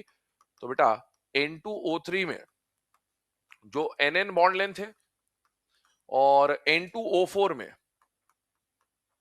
जो NN बॉन्ड लेंथ है, तो N2O3 की जो बॉन्ड लेंथ है वो आपको मिलेगी छोटी, है ना। नहीं, ये छोटी होगी N2O4 की, और N2O3 की बॉन्ड लेंथ बड़ी हो जाएगी, क्योंकि पॉजिटिव चार्ज ज्यादा तो साइज में डिक्रीज ज्यादा हुआ होगा ना। सेम इसी पैटर्न पे एक और क्वेश्चन आपको दिया जा सकता है। वो क्वेश्चन है बेटा Cl2O4 और Cl2O6, और आपको बोला Cl की बॉन्ड लेंथ निकालनी है। तो स्ट्रक्चर तो इसका आप आगे पढ़ेंगे, बट मैं अभी यहीं पे बनवा दे रहा हूं आपको स्ट्रक्चर।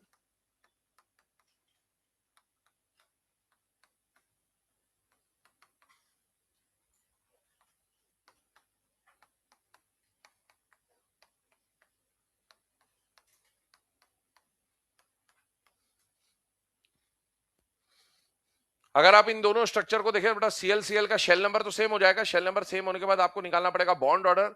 बॉन्ड ऑर्डर अगर आप देखेंगे तो Cl के बीच में यहां भी सिंगल बॉन्ड है, वहां भी सिंगल बॉन्ड है। Shell number same, bond order same, फिर चार्ज पे जाएंगे तो वही अगेन ऑक्सीडेशन स्टेट निकाल लीजिए। यहाँ पर +4 आएगा, यहाँ +6 आएगा। +4 मतलब छोटा चार्ज है पॉजिटिव में, तो इसकी बॉन्ड लेंथ जो है वो बड़ी हो जाएगी, और जितना चार्ज आएगा बॉन्ड लेंथ उतनी कम हो जाएगी। तो Cl2O6 में आपको Cl की बॉन्ड लेंथ जो है वो कंपैरेटिवली छोटी मिलेगी, और Cl2O4 में जो Cl की बॉन्ड लेंथ है वो कंपैरेटिवली बड़ी मिलेगी।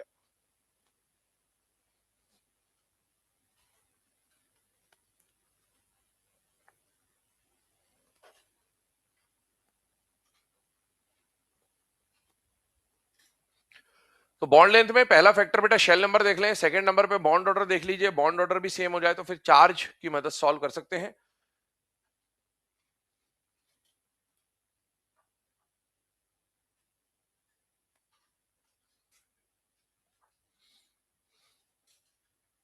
चले ना।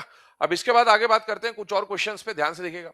मान लीजिए आपको एक क्वेश्चन दिया गया बॉन्ड लेंथ का कंपैरिजन के लिए। एक दिया गया C2H6, एक दिया गया C2H4 और एक दिया गया C2H2। अगर मैं यहां पर कार्बन कार्बन की बॉन्ड लेंथ बोलता तो पहले आप शेल नंबर देखते, तो carbon carbon carbon carbon carbon carbon का शेल नंबर सेम होता, फिर आप बॉन्ड ऑर्डर से सॉल्व कर रहे थे, ये ऑलरेडी हम कर चुके। लेकिन इस बार मैंने आपको कौन सी बॉन्ड लेंथ कंपेयर को बोली है? CC बोलिए या CH बोलिए बेटा? CH। और CH वाली बॉन्ड लेंथ अगर आपको कंपेयर करना है तो तरीका वही रहेगा। पहले आप क्या निकालोगे? Shell number. बेटा CH का शेल नंबर हर जगह सेम ही आएगा। फिर आप क्या निकालोगे? Bond order. हाइड्रोजन सिंगल के अलावा बॉन्ड ही नहीं बनाता, तो CH का बॉन्ड कैसा बनेगा? यहाँ भी सिंगल बनेगा। इसको मान लेते हैं, कोई भी 6 में से एक बॉन्ड दिखा दे रहा हूँ। यहाँ पर मैं इस वाले CH को मान लेता हूँ, मान लीजिए, और यहाँ पर मैं इस वाले CH को मान लेता हूँ, मान लीजिए, है ना। तो CH CH CH तीनों जगह देख लीजिए, कार्बन हाइड्रोजन का shell number shell number shell number same होगा। बॉन्ड ऑर्डर भी सिंगल है, सिंगल है, सिंगल है, तो हम किस पे जाएंगे? चार्ज पे। अब चार्ज पे गए तो देखो जरा ध्यान से सुनना, चार्ज पे गए तो कैसे सॉल्व होगा? मुझे बताओ, हाइड्रोजन और कार्बन में से कार्बन पे कैसा चार्ज आएगा, पॉजिटिव या नेगेटिव? बेटा नेगेटिव। अच्छा मुझे बताओ, इस कार्बन पे नेगेटिव इसकी वजह से भी आएगा, इसकी वजह से भी आएगा, इसकी वजह से भी आएगा, इसकी वजह से नहीं आएगा। तो इस कार्बन पे कितने नेगेटिव आएंगे? 3 नेगेटिव आएंगे, या 3 बार नेगेटिव आएंगे, ऐसा बोल दो। इस कार्बन पे सीसी बॉन्ड से तो कुछ भी नहीं आएगा, लेकिन सीएच वाले बॉन्ड से इसकी वजह से और इसकी वजह से, दोनों की वजह से माइनस आएगा, और इस वाले पे एक ही बार माइनस आएगा। मुझे बताइए, एच की कहानी तो सेम है तीनों जगह, लेकिन यहां पर कार्बन पे नेगेटिव ज्यादा है, यहां कार्बन पे नेगेटिव कम है, यहां सबसे कम है। जितना ज्यादा नेगेटिव बॉन्ड लेंथ उतनी ज्यादा। तो बेटा यहां पर अगर मैं बॉन्ड लेंथ का ऑर्डर बनाऊंगा तो C2H6 में CH की बॉन्ड लेंथ सबसे ज्यादा, C2H4 में CH की बॉन्ड लेंथ उससे कम, और C2H2 में CH की बॉन्ड लेंथ सबसे कम आ जाएगी बेटा। अगले पे चलें। ये वाला जो क्वेश्चन है देखें, एनसीईआरटी बेस्ड क्वेश्चन है बेटा, ध्यान से देखिएगा। H2F2 N2O2 दे दिया आपको, है ना, बॉन्ड लेंथ का क्वेश्चन बोला। बेटा बॉन्ड लेंथ का क्वेश्चन आते ही सबसे पहले क्या निकालूंगा? Shell number. H2 में हमारे पास HH का बॉन्ड है ना, तो HH के लिए अगर मैं शेल नंबर लिखूंगा तो क्या आ जाएगा? 1 1। F2 में FF का बॉन्ड है, N2 में NN का बॉन्ड है, O2 में OO का बॉन्ड है। ये इनके शेल नंबर आ गए। क्या सभी के शेल नंबर सेम है या अलग अलग है? बेटा अलग है। जिसका शेल नंबर कम उसकी बॉन्ड लेंथ कम, जिसका शेल नंबर ज्यादा उसकी बॉन्ड लेंथ ज्यादा। तो बेटा इनमें से अगर मिनिमम बॉन्ड लेंथ पे जाऊं तो मिनिमम बॉन्ड लेंथ तो H2 की हो जाएगी on the basis of shell number. लेकिन बाकी तीनों को देखो, क्या बाकी तीनों का शेल नंबर सेम है या अलग है? बेटा सेम है। शेल नंबर सेम हो गया तो सेकंड फैक्टर क्या लगाऊंगा? Bond order. बॉन्ड ऑर्डर निकालना है तो मुझे बताओ MOT लगा लो। F2 में 18 इलेक्ट्रॉन है, बॉन्ड ऑर्डर 1 होता है, ये आप जानते हो। फ्लोरीन फ्लोरीन में सिंगल बॉन्ड होता है। N2 का बॉन्ड ऑर्डर आएगा 3, O2 का बॉन्ड ऑर्डर आएगा 2। मुझे बताइए, शेल नंबर तो सेम है लेकिन बॉन्ड ऑर्डर अलग अलग है। जिसका बॉन्ड ऑर्डर ज्यादा उसकी बॉन्ड लेंथ कम। तो बेटा सबसे कम इन तीनों में से N2 होगा, उससे थोड़ा ज्यादा O2 होगा, और सबसे ज्यादा कौन हो जाएगा? F2। तो this is the correct order of bond length, ठीक है ना। लिखो इस तरह, आगे फिर बात करते हैं।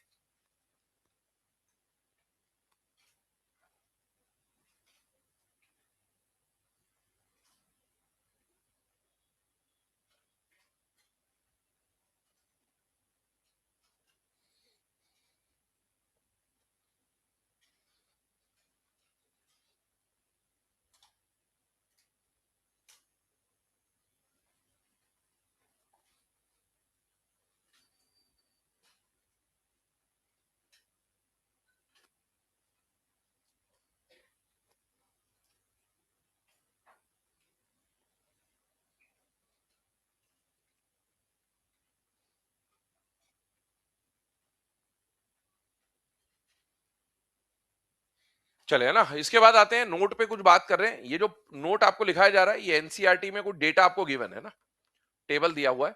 उस टेबल के डेटा के अकॉर्डिंगली हम लोग बात कर रहे हैं। यहाँ पर ध्यान से देखिएगा, आपको दिया मान लो सीसी और सीएन। एक बात समझिए, इस पे 2 3 तरह के क्वेश्चन बन सकते हो, सारे टाइप अभी यहीं पे समझा दे रहा हूं, देखिएगा। पहला क्वेश्चन क्या बनेगा?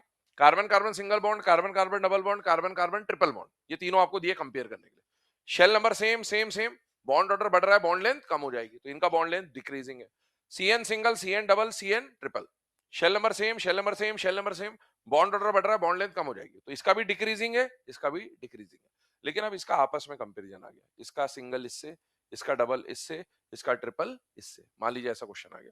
अब देखो, अगर मुझे सिंगल बॉन्ड को सिंगल बॉन्ड से कंपेयर करना है, अगर मान लो मेरे को डबल से करना है, और अगर मान लो मेरे को ट्रिपल से ट्रिपल को करना है ना, तो पहली कंडीशन बॉन्ड लेंथ का क्वेश्चन आती है, क्या लगाएंगे? Shell number.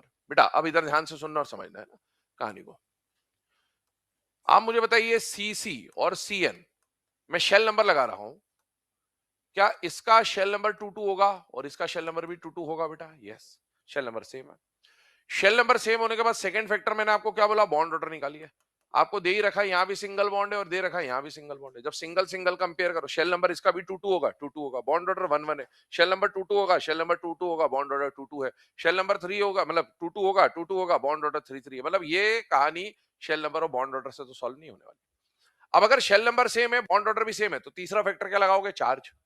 मुझे बताओ, सीसी पे कोई चार्ज आएगा या नहीं आएगा? नहीं आएगा, क्योंकि ईएन तो सेम है। अच्छा, सीएन पे चार्ज आएगा या नहीं आएगा? आएगा, डेफिनेटली आएगा। अच्छा, किस पे क्या आएगा? इस पे प्लस आएगा और इस पे।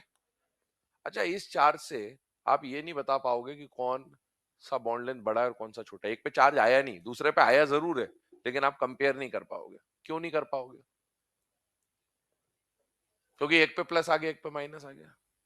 प्लस आने का मतलब इसका साइज छोटा हो गया, और माइनस आने का मतलब उसका साइज बड़ा हो गया। अभी दोनों ही छोटे होते तो मैं बोल देता कि बॉन्ड लेंथ कम हो गई, दोनों ही बड़े हो जाते तो मैं बोल देता बॉन्ड लेंथ बढ़ गई। एक छोटा हो गया, एक बड़ा हो गया, तो फिर पता ही नहीं चला ना कि भाई एक्चुअल में कम हुआ कि ज्यादा हुआ। ऐसा मान सकते कि जितना ये छोटा हुआ होगा उतना ये बड़ा हुआ होगा, तो बॉन्ड लेंथ में तो कोई फर्क पड़ा ही नहीं। मतलब ये चार्ज के आने की वजह से आप बता नहीं पाओगे।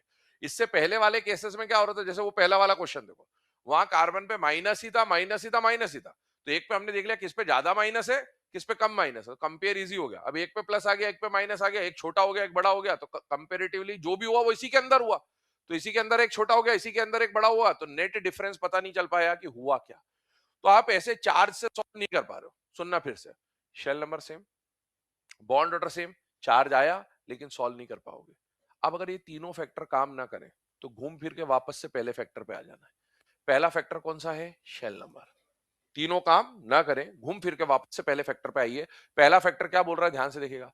पहले फैक्टर में अभी तो बस हम शेल नंबर देख के आगे बढ़ लिए, लेकिन मुझे बताओ शेल नंबर सेम, सीसी का शेल नंबर 22 है, सीएन का शेल नंबर 22 है, लेकिन बेटा जिसका शेल नंबर 2 है मतलब वो सेकंड पीरियड का है। क्या सेकंड पीरियड का लिथियम, बेरिलियम, बोरोन, कार्बन सबका साइज आपस में बराबर होता है या अलग अलग होता है? अलग अलग होता है। तो यहां पर देखो कार्बन तो कॉमन है, कार्बन और नाइट्रोजन में से कार्बन का साइज बड़ा होता है और नाइट्रोजन का साइज छोटा होता है। तो हमें जब तीनों फैक्टर काम नहीं कर रहे ना, तो हमें वापस से शेल नंबर पे आना है, और शेल नंबर में आके हमें साइजेस को कंपेयर करना है। शेल को आप कंपेयर ना करके साइजेस को देखेंगे। इसका शेल नंबर 22 है, इसका भी 22 है, लेकिन कार्बन कार्बन तो दोनों जगह एक जैसे हैं। एक जगह कार्बन है, एक जगह नाइट्रोजन है। बेटा नाइट्रोजन का जो साइज है वो कंपेरेटिवली छोटा, कार्बन का साइज कंपैरेटिवली बड़ा, तो बॉन्ड लेंथ ज्यादा और बॉन्ड लेंथ कम, मतलब इसकी बॉन्ड लेंथ ज्यादा है और इसकी बॉन्ड लेंथ कम है। और जो सिंगल बॉन्ड में हो रहा है, सेम हूबहू किस में होना चाहिए? डबल और ट्रिपल में। सिंगल में तो ऐसा हो गया, डबल और ट्रिपल में ऐसा होना चाहिए था। ध्यान सुनते चलना, सिंगल ट्रिपल का ऑर्डर बिल्कुल परफेक्ट है एनसीईआरटी के डेटा के हिसाब से। लेकिन डबल बॉन्ड में जब आप बात करते हो तो जो एनसीईआरटी ने डेटा दे रखा है बेटा, वो डेटा ऐसा है।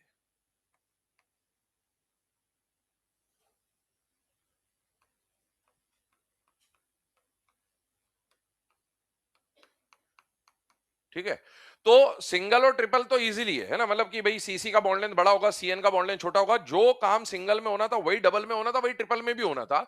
लेकिन जो डेटा एनसीईआरटी में गिवन है बेटा, फर्स्ट और थर्ड का तो ऑर्डर यही है, सेकंड का ऑर्डर रिवर्स है। तो ये ऑर्डर आपको याद ही रखना है, ऐसा ना हो कि आंसर किया है उसके बाद आपको पता चले कि ऐसा कुछ हो रहा है। यहां पर भी देखो एक और चीज, एनसीईआरटी में कोई डेटा गिवन है इसलिए बता दे रहा हूं ना, ये भी एनसीईआरटी के डेटा के ऊपर बेस्ड है। कहानी को समझिएगा, एक आपको दिया सीओ और एक आपको दिया सीएन, कायदे से वही सारी बातें लगेंगी इसमें।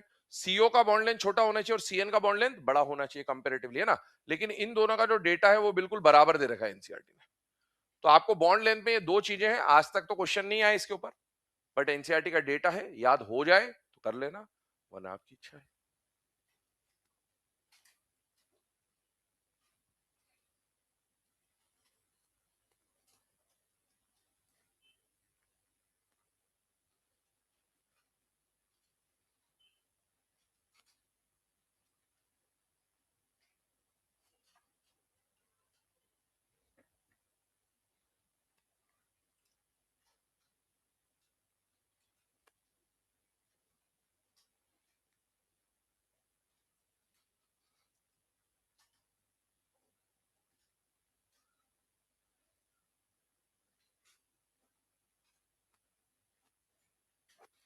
चले, है ना। ये जो हमने बॉन्ड लेंथ के जो भी केसेस थे वो यहाँ पर डिस्कस करे, अलग अलग टाइप जो भी कैटेगरी थी, और थोड़ा बहुत जो एनसीईआरटी के डेटा में गड़बड़ी है उसके भी हमने डिस्कशन कर लिया कि भाई क्या है, उसके अकॉर्डिंगली वो आपको बता दिया।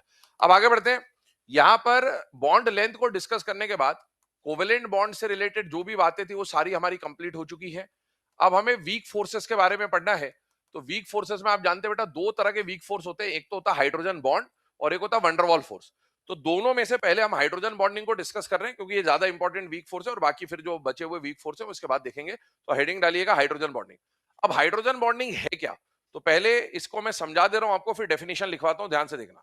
बेटा हाइड्रोजन बॉन्डिंग नाम से समझ में आ रहा है कि ऐसा कोई बॉन्ड जहां पर किसका पार्टिसिपेशन होगा, हाइड्रोजन का। लेकिन हाइड्रोजन तो दुनिया में बहुत सारे कंपाउंड्स में आपको मिलता है। तो क्या हर वो कंपाउंड, हर वो मॉलिक्यूल जो हाइड्रोजन बॉन्ड रखता है, मतलब हाइड्रोजन रखता है, क्या वो हाइड्रोजन बॉन्ड बना सकता है? तो आंसर है नहीं, है ना। ऑर्गेनिक में आपने थोड़ा बहुत हाइड्रोजन बॉन्डिंग के बारे में पढ़ा हुआ होता है। तो ध्यान से देखिएगा, अगर हम बात करें तो जैसे मान लो मैंने बोला HF, मैंने बोला H2O, मैंने बोला NH3, है ना, ये सब हाइड्रोजन रखने वाले कंपाउंड है। मैंने बोला CH4, ये सब हाइड्रोजन रखने वाले कंपाउंड है। लेकिन हर वो मॉलिक्यूल जिसके अंदर हाइड्रोजन है, वो हाइड्रोजन बॉन्ड बनाए, ये जरूरी नहीं है। हाइड्रोजन बॉन्ड बनाने के लिए सबसे पहले हाइड्रोजन के ऊपर खूब सारा पार्शियल पॉजिटिव चार्ज डेवलप होना चाहिए। और हाइड्रोजन पे पार्शियल पॉजिटिव चार्ज कब डेवलप होगा? जब हाइड्रोजन से जो डायरेक्टली बॉन्डेड एटम है उसका EN बहुत ज्यादा होगा। और वो EN बहुत ज्यादा होने वाले जो एलिमेंट्स हैं वो या तो फोन होंगे, फोन मतलब फ्लोरीन ऑक्सीजन नाइट्रोजन, या फिर आपको पता है ऑर्गेनिक में काम आता है sp हाइब्रिड कार्बन होना चाहिए, या फिर आपका CF3 वाला ग्रुप होना चाहिए, या फिर CCl3 वाला ग्रुप होना चाहिए। ऐसी कुछ कंडीशंस हैं। देखिएगा इधर, अभी डेफिनेशन लिखाऊंगा, पहले समझते चलिए। मैंने लिखा X और H। X और H लिखने का मतलब हाइड्रोजन किसी के साथ डायरेक्टली कोवेलेंटली बॉन्डेड है। अगर हाइड्रोजन डायरेक्टली कोवेलेंटली बॉन्डेड है किसके साथ? या तो फोन के साथ, मतलब फ्लोरीन के साथ या ऑक्सीजन के साथ या नाइट्रोजन के साथ, या फिर वो डायरेक्टली कोवेलेंटली बॉन्डेड है किसके साथ? sp हाइब्रिड कार्बन के साथ, या फिर वो डायरेक्टली कोवेलेंटली बॉन्डेड है बेटा CF3 या CCl3 ग्रुप के साथ। तो ऐसा हाइड्रोजन जो इनमें से किसी से भी डायरेक्टली जुड़ा हुआ है ना, वो हाइड्रोजन H बॉन्ड बना सकता है। H बॉन्ड, अब देखो ये वाला हाइड्रोजन बताओ क्या फोन से जुड़ा हुआ है या नहीं है बेटा? है। ये वाला हाइड्रोजन देखो क्या फोन में से किसी से जुड़ा हुआ है बेटा? यस। क्या ये वाला हाइड्रोजन जो है ये फ्लोरीन या फोन में से किसी से जुड़ा हुआ है बेटा? यस। फोन से जुड़ा हुआ जो हाइड्रोजन होगा, या sp हाइब्रिड कार्बन से जुड़ा हुआ हाइड्रोजन जो होगा, या CF3 CCl3 से जुड़ा हुआ जो हाइड्रोजन होगा, वो कहलाएगा एक्टिव हाइड्रोजन। यहां पर मैं एक टर्म बोलूंगा, इस हाइड्रोजन को मैं क्या बोलूंगा? एक्टिव। जो हाइड्रोजन H बॉन्ड बना सकता होगा उसे हम बोलेंगे एक्टिव, और जो हाइड्रोजन H बॉन्ड नहीं बना सकता होगा उसे हम क्या बोल देंगे? इनएक्टिव, ताकि हमें टर्मिनोलॉजी में इजी रहे ना। तो देखो कौन सा हाइड्रोजन H बॉन्ड बना सकता है? तो वो हाइड्रोजन H बॉन्ड बना सकता है जो डायरेक्टली किससे जुड़ा होगा? फोन से, या फिर sp हाइब्रिड कार्बन से, या फिर CF3 ग्रुप से, या फिर CCl3 ग्रुप से। इनमें से इनऑर्गेनिक के अंदर आपको जो काम आएगा वो केवल ये आएगा। तो अब आगे से मैं ये सब नहीं बोलूंगा, मैं आगे सिर्फ इतना बोलूंगा, फोन से जुड़ा हुआ हाइड्रोजन क्या बना सकता है? H बॉन्ड बना सकता है। अब H बॉन्ड बना सकता है, लेकिन H बॉन्ड किसके साथ बनाएगा ये भी समझना है। तो जिसके साथ ये H बॉन्ड बनाएगा ना, उसको हम लिख देते हैं Y से। और जब ये H बॉन्ड बनाएगा तो सामने वाला जो Y है ना, वो भी फोन होना चाहिए, या sometimes it can be chlorine. Sometimes कौन हो सकता है बेटा? क्लोरीन, है ना। अब सुनो, फोन से जुड़ा हुआ हाइड्रोजन H बॉन्ड बनाएगा, और किसके साथ बनाएगा? फोन के साथ बनाएगा। इस तरह की एक टर्मिनोलॉजी चलेगी। अब होगा क्या, इससे फर्क क्या पड़ता है, ये इनसे जुड़े होने से होता क्या है वो समझिए। अगर मान लो हाइड्रोजन जो है किससे जुड़ा हुआ है? फ्लोरीन से, फोन से जुड़ा हुआ है डायरेक्ट, तो उससे होगा क्या बेटा? इसमें जब बॉन्ड बना था तो इलेक्ट्रॉन की शेयरिंग हुई थी। फ्लोरीन का या फोन का EN बहुत ज्यादा है, तो ये सारा इलेक्ट्रॉन उधर खींच लेगा। जब सारा इलेक्ट्रॉन इधर खींच लेगा तो इसके ऊपर खूब सारा डेल्टा प्लस आ जाएगा। डेल्टा प्लस आने का मतलब, इसको इलेक्ट्रॉन के रिस्पेक्ट में सोचो, तो बेटा इसका सारा इलेक्ट्रॉन ये ले गया, तो हाइड्रोजन के पास जो एक डब्बा होता है ना, उसके अंदर मान लो पहले इतनी इलेक्ट्रॉन की डेंसिटी थी, एक इलेक्ट्रॉन की डेंसिटी मान लो इतनी थी, वो सारी डेंसिटी उसने खींच ली। तो डेंसिटी जब उसने खींच ली, तो हाइड्रोजन के पास डेंसिटी में क्या आ गई? खूब कमी आ गई, मतलब इसका डब्बा लगभग क्या हो जाएगा? खाली। अब हाइड्रोजन पे प्लस आ गया, डब्बा हो गया खाली। तो सामने हाइड्रोजन किसको ढूंढता है? या तो फ्लोरीन मिल जाए, या ऑक्सीजन मिल जाए, या नाइट्रोजन मिल जाए। क्लोरीन को अभी भूल जाओ थोड़ी देर के लिए, फ्लोरीन, ऑक्सीजन या नाइट्रोजन मिल जाए। क्या फ्लोरीन के पास लोन पेयर पड़े हुए हैं बेटा? यस। क्या ऑक्सीजन के पास, क्या नाइट्रोजन के पास लोन पेयर पड़े हुए हैं बेटा? यस। ये लोन पेयर क्या है? लोन पेयर वो होते हैं जो बॉन्डिंग में पार्टिसिपेट करते हैं या नहीं करते? नहीं करते। मतलब ये इलेक्ट्रॉन इसके पास अभी फालतू पड़ा हुआ है, किसी और से अगर इसका बॉन्ड बना भी हुआ है ना, तो ये इलेक्ट्रॉन उस बॉन्ड में काम नहीं आ रहा, ये इलेक्ट्रॉन उस बॉन्ड में काम नहीं आ रहा, ये इलेक्ट्रॉन उस बॉन्ड में काम नहीं आ रहा। तो ये हाइड्रोजन ने देखा कि भैया मेरे ऊपर बहुत सारा प्लस आ गया, और सामने वाला कोई एटम ऐसा है जिसके पास फालतू इलेक्ट्रॉन पड़े हुए हैं, तो ये प्लस, ये इलेक्ट्रॉन पे कैसा चार्ज होता है? माइनस। ये प्लस इस माइनस को अपनी तरफ खींच लेता है बेटा, और खींचता है तो दोनों के बीच में एक वीक अट्रैक्शन डेवलप हो जाता है, और ये जो वीक अट्रैक्शन डेवलप होता है, इसी अट्रैक्शन को हम लोग क्या कह देते हैं बेटा? Hydrogen bond. तो देखो सामने फोन से जुड़ा हुआ हाइड्रोजन होगा तो उस पर खूब सारा डेल्टा प्लस आएगा, और सामने भी अगर फोन आ गया तो फोन के पास फालतू लोन पेयर पड़े हुए होते हैं, तो ये हाइड्रोजन क्या करेगा, इसके लोन पेयर की इलेक्ट्रॉन डेंसिटी को अपनी तरफ खींच लेगा, और जब ये डेंसिटी को खींच लेगा तो इनके बीच में एक इंटरैक्शन डेवलप होगा, एक अट्रैक्शन डेवलप होगा, एक वीक अट्रैक्शन डेवलप होगा, और उस वीक अट्रैक्शन को हम लोग क्या बोलेंगे, हाइड्रोजन बॉन्ड। तो इसकी अब डेफिनेशन क्या होगी सुनना, अभी मैं लिखवाऊंगा, पहले बोल दे रहा हूं। इसको दो तरह के अट्रैक्शन से बोला जाएगा, it is a type of ion dipole और it is a type of dipole dipole. अभी आयन डाइपोल या डाइपोल डाइपोल क्या, वो थोड़ी देर के बाद आपको समझ में आएगा, अभी सिर्फ लिख लेंगे हम लोग इसको ना।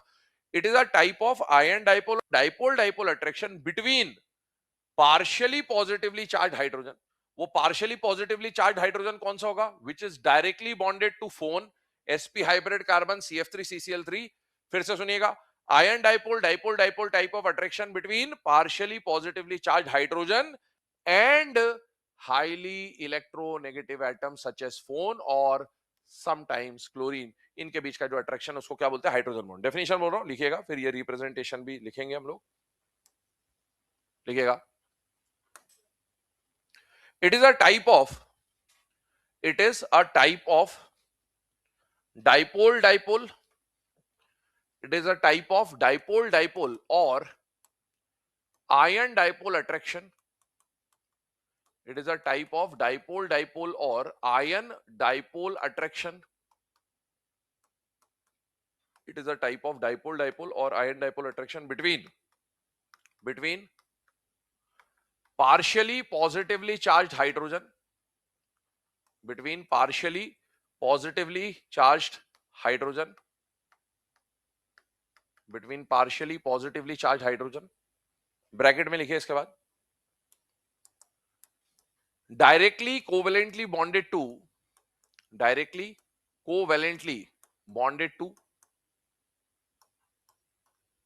phone FON, directly covalently bonded to phone comma sp hybrid carbon, directly covalently bonded to phone comma sp hybrid carbon comma CF3 oblique CCl3 group, CF3 oblique CCl3 group, directly covalently bonded to phone sp hybrid carbon CF3 CCl3 group, bracket close and bracket close करने के बाद and highly electronegative atom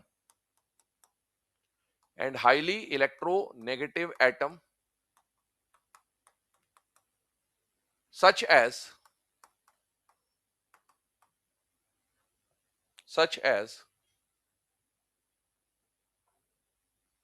phone FON, such as phone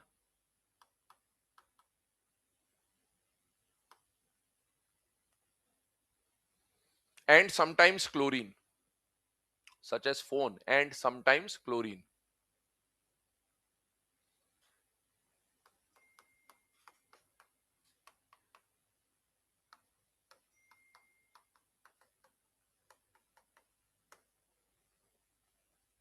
ठीक है, अब जो definition हमने लिखी है उस डेफिनेशन को एक बार यहां से देखिए। ये जो हाइड्रोजन बॉन्ड होता है ये एक तरह का आयन डाइपोल या डाइपोल डाइपोल है, इसका मीनिंग अभी भूल जाइए, फिर आगे बात करते हैं।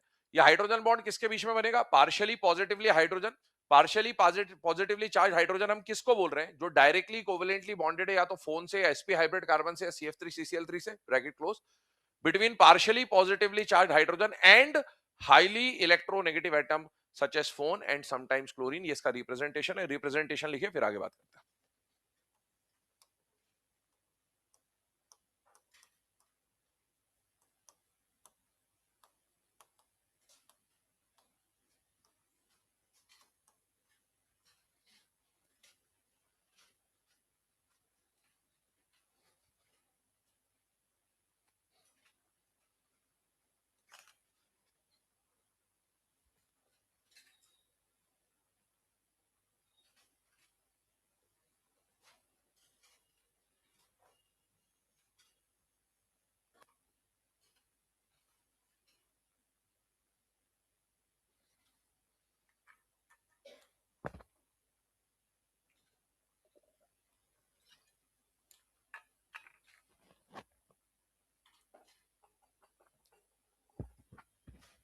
चलिए ना, अब इसके बाद ये डेफिनेशन को लिखने के बाद या रिप्रेजेंटेशन को लिखने के बाद नेक्स्ट सब हेडिंग डालिएगा स्ट्रेंथ ऑफ हाइड्रोजन बॉन्ड।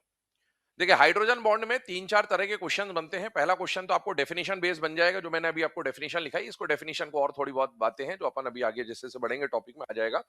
फिर दूसरा क्वेश्चन क्या बनेगा, that is strength of hydrogen bond. आपको हाइड्रोजन बॉन्ड अपने आप में स्ट्रॉन्ग फोर्स है या वीक फोर्स है, बेटा वीक फोर्स। लेकिन हाइड्रोजन बॉन्ड बनता कई सारी जगह पर, मतलब यहाँ फ्लोरीन हो सकता है, ऑक्सीजन हो सकता है, नाइट्रोजन, ऐसे बहुत सारी सिचुएशंस हैं। तो उन सारी सिचुएशन में आपको बोलेगा कौन सा वाला हाइड्रोजन बॉन्ड कंपेरेटिवली स्ट्रॉन्ग है और कौन सा वाला हाइड्रोजन बॉन्ड कंपेरेटिवली वीक है। तो हम कैसे पता लगाएं कि कौन सा हाइड्रोजन बॉन्ड स्ट्रॉन्ग है या वीक है? ध्यान से सुनना, जो भी हाइड्रोजन बॉन्ड स्ट्रॉन्ग या वीक है वो पता कैसे चलेगा? मुझे एक बात बताओ, हाइड्रोजन बॉन्ड बन किसके बीच में रहा है? एक्स और एच के बीच में बन रहा है या एच और वाई के बीच में बन रहा है? बेटा एच और वाई, मतलब हाइड्रोजन बॉन्ड यहां बन रहा है। अगर हाइड्रोजन बॉन्ड यहां बन रहा है तो बेटा हाइड्रोजन बॉन्ड की स्ट्रेंथ डिसाइड करने का काम भी दो चीजें करेगी, एक तो एच और एक वाई। अब दोनों में से पहली प्रायोरिटी किसको देनी है? एच को, क्योंकि हाइड्रोजन बॉन्ड है तो हाइड्रोजन को ही प्रायोरिटी देनी है आपको। और एच का काम क्या, पूरे पूरे मैकेनिज्म को समझो आप, तो मैकेनिज्म समझ जाओगे तो ऑटोमेटिकली पिक्चर आपको समझ में आ जाएगी। बेटा हाइड्रोजन बॉन्ड में हो क्या रहा है, एच के ऊपर जो डेल्टा प्लस आ रहा है, उस डेल्टा प्लस की वजह से वो वाई के इलेक्ट्रॉन को खींच रहा है। अब मुझे बताओ, यहां पर मान लो एच और वाई के बीच में इलेक्ट्रॉन की डेंसिटी खूब सारी है और एच और वाई के बीच में इलेक्ट्रॉन की डेंसिटी कम है। बताओ दोनों में से कौन सा हाइड्रोजन बॉन्ड स्ट्रॉन्ग होगा और कौन सा वीक होगा? पहला स्ट्रॉन्ग होगा या वीक होगा? स्ट्रॉन्ग होगा, क्योंकि ये वही बीएमओ एबीएमओ जैसी कहानी है। बीएमओ मतलब electron density between the two nucleus भरपूर, और electron density between the two nucleus ना के बराबर। तो भरपूर डेंसिटी आनी चाहिए कुल मिला के। अगर जितनी ज्यादा डेंसिटी आएगी उतना स्ट्रॉन्ग क्या बनेगा? Hydrogen bond. अब मुझे बताओ, इलेक्ट्रॉन डेंसिटी अगर ज्यादा लानी है तो इलेक्ट्रॉन डेंसिटी में दो चीजें, हाइड्रोजन खींच रहा है और वाई उसको जाने दे रहा है उसको डेंसिटी। मुझे बताओ खींचने का काम किसका है? एच का। क्या अगर एच का खींचने का पावर ज्यादा हो जाए, एच का खींचने का पावर, इस पे प्लस है तभी तो खींच पा रहा है, जितना ज्यादा प्लस आएगा उतना ज्यादा वो माइनस को खींचेगा। तो बेटा एच पर जैसे जैसे प्लस बढ़ता जाएगा इसके खींचने का पावर बढ़ेगा, और खींचने का पावर बढ़ेगा तो बीच में इलेक्ट्रॉन डेंसिटी ज्यादा आएगी या कम आएगी? ज्यादा। और जितनी ज्यादा डेंसिटी आएगी हाइड्रोजन बॉन्ड उतना स्ट्रॉन्ग बनेगा। इसका मतलब ये हुआ, जैसे मान लीजिए अभी मैं लिखवाता हूं स्टेटमेंट, मान लीजिए इस तरह की कहानी है, HF है ना, उल्टा लिख रहा हूं, H2O है ना, इस तरह की बात आ गई। और मान लीजिए NH3 है, ध्यान से देखना, एक एक ही एटम लिख देता हूं अभी फिलहाल में।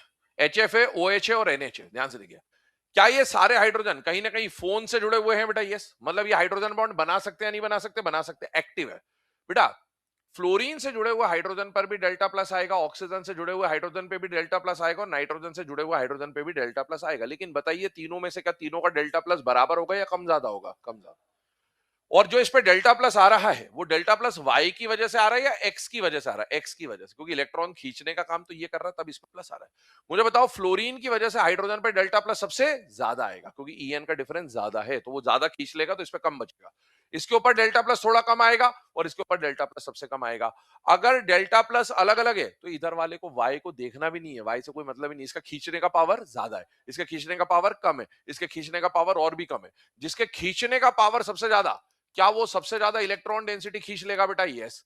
इधर खींचने का पावर कम है तो कम इलेक्ट्रॉन डेंसिटी खींचेगा, इसके खींचने का पावर और कम है तो और कम इलेक्ट्रॉन डेंसिटी खींचेगा। और जितनी ज्यादा डेंसिटी खींचेगा हाइड्रोजन बॉन्ड उतना स्ट्रांग होगा, जितना कम खींचेगा उतना हाइड्रोजन बॉन्ड वीक होता जाएगा। स्टेटमेंट नंबर 1 लिखिएगा, if delta plus on hydrogen is more,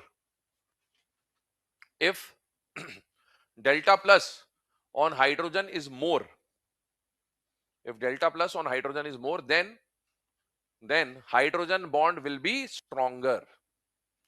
If delta plus on hydrogen is more, then hydrogen bond will be stronger. If delta plus on hydrogen is more, then hydrogen bond will be stronger. ठीक है, तो अगर hydrogen का delta plus अलग अलग है तो आप पहले तो हमेशा आपको प्रायोरिटी किसको देनी है? एच को। अगर एच का डेल्टा प्लस ज्यादा है तो वाई को देखना भी नहीं है, सीधे सीधे जिसका डेल्टा प्लस ज्यादा उसका हाइड्रोजन बॉन्ड स्ट्रॉन्ग। सेकेंड, कई बार ऐसा हो सकता है, ध्यान से देखिएगा, कि मान लीजिए जो आप हाइड्रोजन बॉन्ड बनाने जा रहे हैं यहां पर दोनों एच पर, अगर मान लो दोनों एच ऑक्सीजन से जुड़े, फोन में से किसी एक से ही जुड़े हुए, तो ऑक्सीजन से जुड़े हुए हाइड्रोजन पे और ऑक्सीजन से जुड़े हुए हाइड्रोजन पर डेल्टा प्लस क्या आ जाएगा? सेम। डेल्टा प्लस सेम होगा तो यहाँ y और यहाँ y2 है, अगर ये भी y1 कर दूंगा तब तो केस ही सेम हो जाएगा ना। तो अगर हम बात करें इधर दोनों पे डेल्टा प्लस अलग अलग है या सेम है? सेम है। अगर अलग होता तो मैं इसको देखता भी नहीं, जिसका डेल्टा प्लस ज्यादा उसका हाइड्रोजन बॉन्ड स्ट्रॉन्ग। लेकिन अगर ऐसा हुआ तो अब आपको देखना पड़ेगा ईएन, क्योंकि इसे इलेक्ट्रॉन देना है। इलेक्ट्रॉन देना है तो ध्यान सुनिए, अगर मैं रियल एटम लिख दूं यहां पर, मान लो यहां पर मैंने लिख दिया ऑक्सीजन और यहां लिख दिया मैंने नाइट्रोजन। सोचिए, मुझे बताइए ऑक्सीजन और नाइट्रोजन में से अब क्योंकि इसका डेल्टा प्लस सेम हो गया, खींचने का पावर बराबर हो गया, तो अब खींचने पे डिपेंड नहीं करेगा, खिंचवाने पे डिपेंड करेगा कौन इजीली अपने इलेक्ट्रॉन देगा। मुझे बताओ ऑक्सीजन का ईएन क्या है, ज्यादा, और नाइट्रोजन का ईएन क्या है, कम। बेटा जिसका ईएन ज्यादा वो इलेक्ट्रॉन आसानी से देगा या मुश्किल से देगा, मुश्किल से, और जिसका ईएन कम है वो आसानी से। इसका मतलब है क्या यहां पर डेंसिटी ज्यादा आने की प्रोबेबिलिटी ज्यादा है बेटा, यस, और यहां पर डेंसिटी कम आने की प्रोबेबिलिटी है बेटा। इसका मतलब है अगर H का डेल्टा प्लस सेम हो जाए, तभी देखना ही है, अगर H का डेल्टा प्लस सेम हो जाए तो जिसका ईएन कम होगा उसका हाइड्रोजन बॉन्ड स्ट्रॉन्ग बनेगा, और जिस Y वाले का ईएन ज्यादा होगा उसका हाइड्रोजन बॉन्ड वीक बनेगा। स्टेटमेंट बोल रहा हूं, पॉइंट नंबर 2 लिखेगा, if delta plus on hydrogen is same, if delta plus on hydrogen is same, then lower the En of Y, then lower the En of Y, then lower the En of Y, stronger will be the hydrogen bond. Then lower the En of Y, stronger will be the hydrogen bond. Stronger will be the hydrogen bond. ठीक है ना। आइए अब ये जो point आपको बताए गए इसके बेसिस पे हम लोग कुछ क्वेश्चन कर रहे हैं जो इन्हीं पॉइंट्स को है ना एक्सप्लोर कर रहे होंगे। क्वेश्चन बोल रहा हूं, लिखिएगा। Question number 1, which of the given hydrogen bond which of the given hydrogen bond is strongest? Which of the given hydrogen bond is strongest?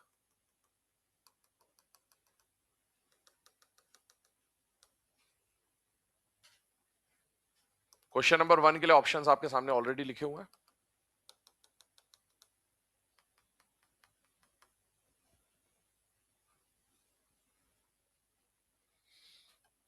सबसे पहले हाइड्रोजन बॉन्ड की स्ट्रेंथ देखने के लिए आपको देखना है कि कौन सा हाइड्रोजन बॉन्ड में हाइड्रोजन इन्वॉल्व है, वो आपको दिखा रखा है, अलग से डॉटेड लाइन बना दी है तो आपको दिख जाएगा। और उन हाइड्रोजनों पे आपको क्या चेक करना है, डेल्टा प्लस, किस पे डेल्टा प्लस ज्यादा है और किस पे डेल्टा प्लस कम है। तो जिस पे डेल्टा प्लस ज्यादा होगा, अगर डेल्टा प्लस अलग अलग है तो डेल्टा प्लस के बेसिस पे सॉल्व कर लेना है, जिसका डेल्टा प्लस ज्यादा होगा उसका हाइड्रोजन बॉन्ड स्ट्रॉन्ग बनेगा।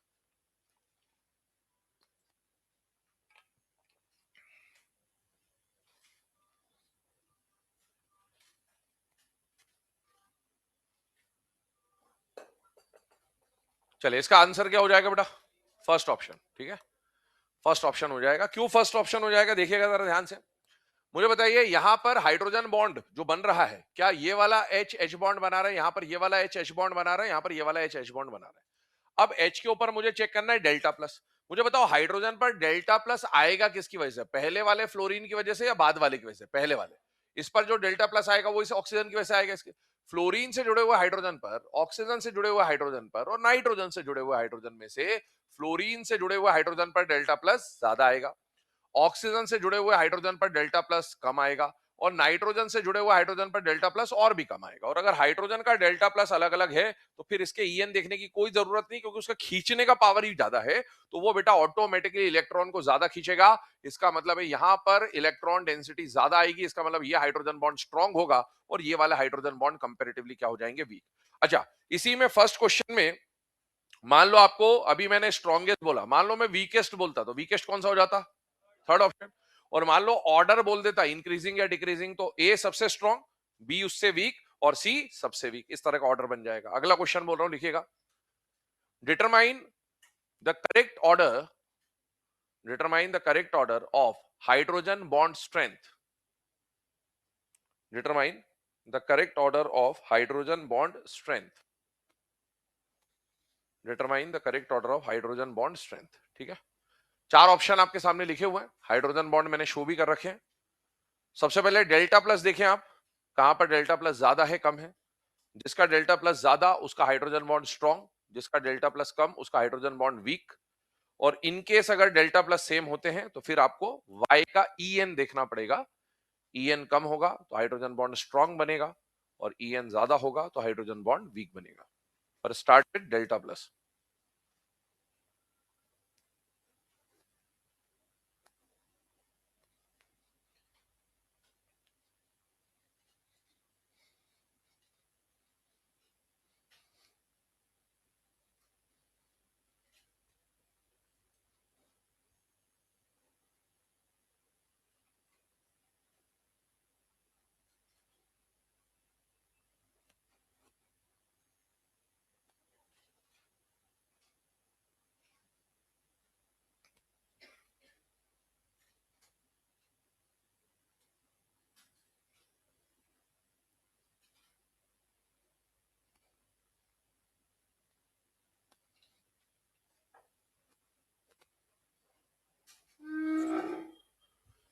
हो गया बेटा सॉल्व।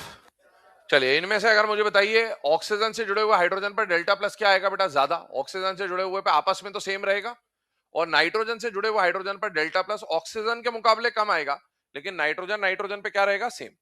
इन दोनों पे डेल्टा प्लस ज्यादा है, इन दोनों पे डेल्टा प्लस कम है, मतलब ये दोनों बॉन्ड कंपैरेटिवली स्ट्रांग होंगे और ये दोनों बॉन्ड कंपैरेटिवली वीक होंगे। तो एक बात तो मेरे को समझ में आ गई कि सी और डी पीछे जाएगा ऑर्डर में और ए और बी आगे जाएगा ऑर्डर में।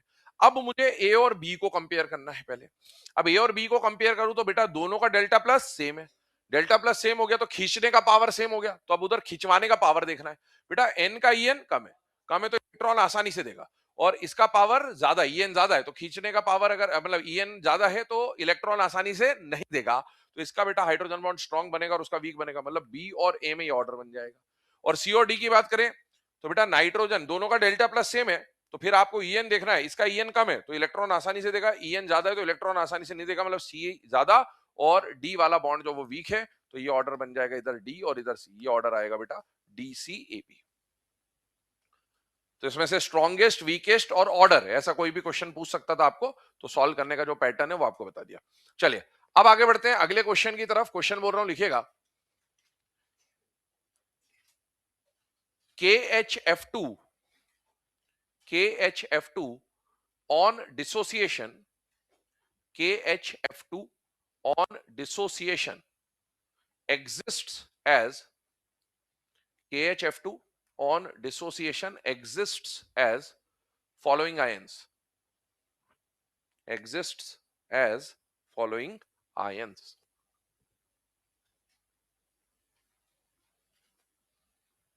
ठीक है, ऑप्शंस लिखे हुए हैं बोर्ड पे आपके सामने ऑलरेडी।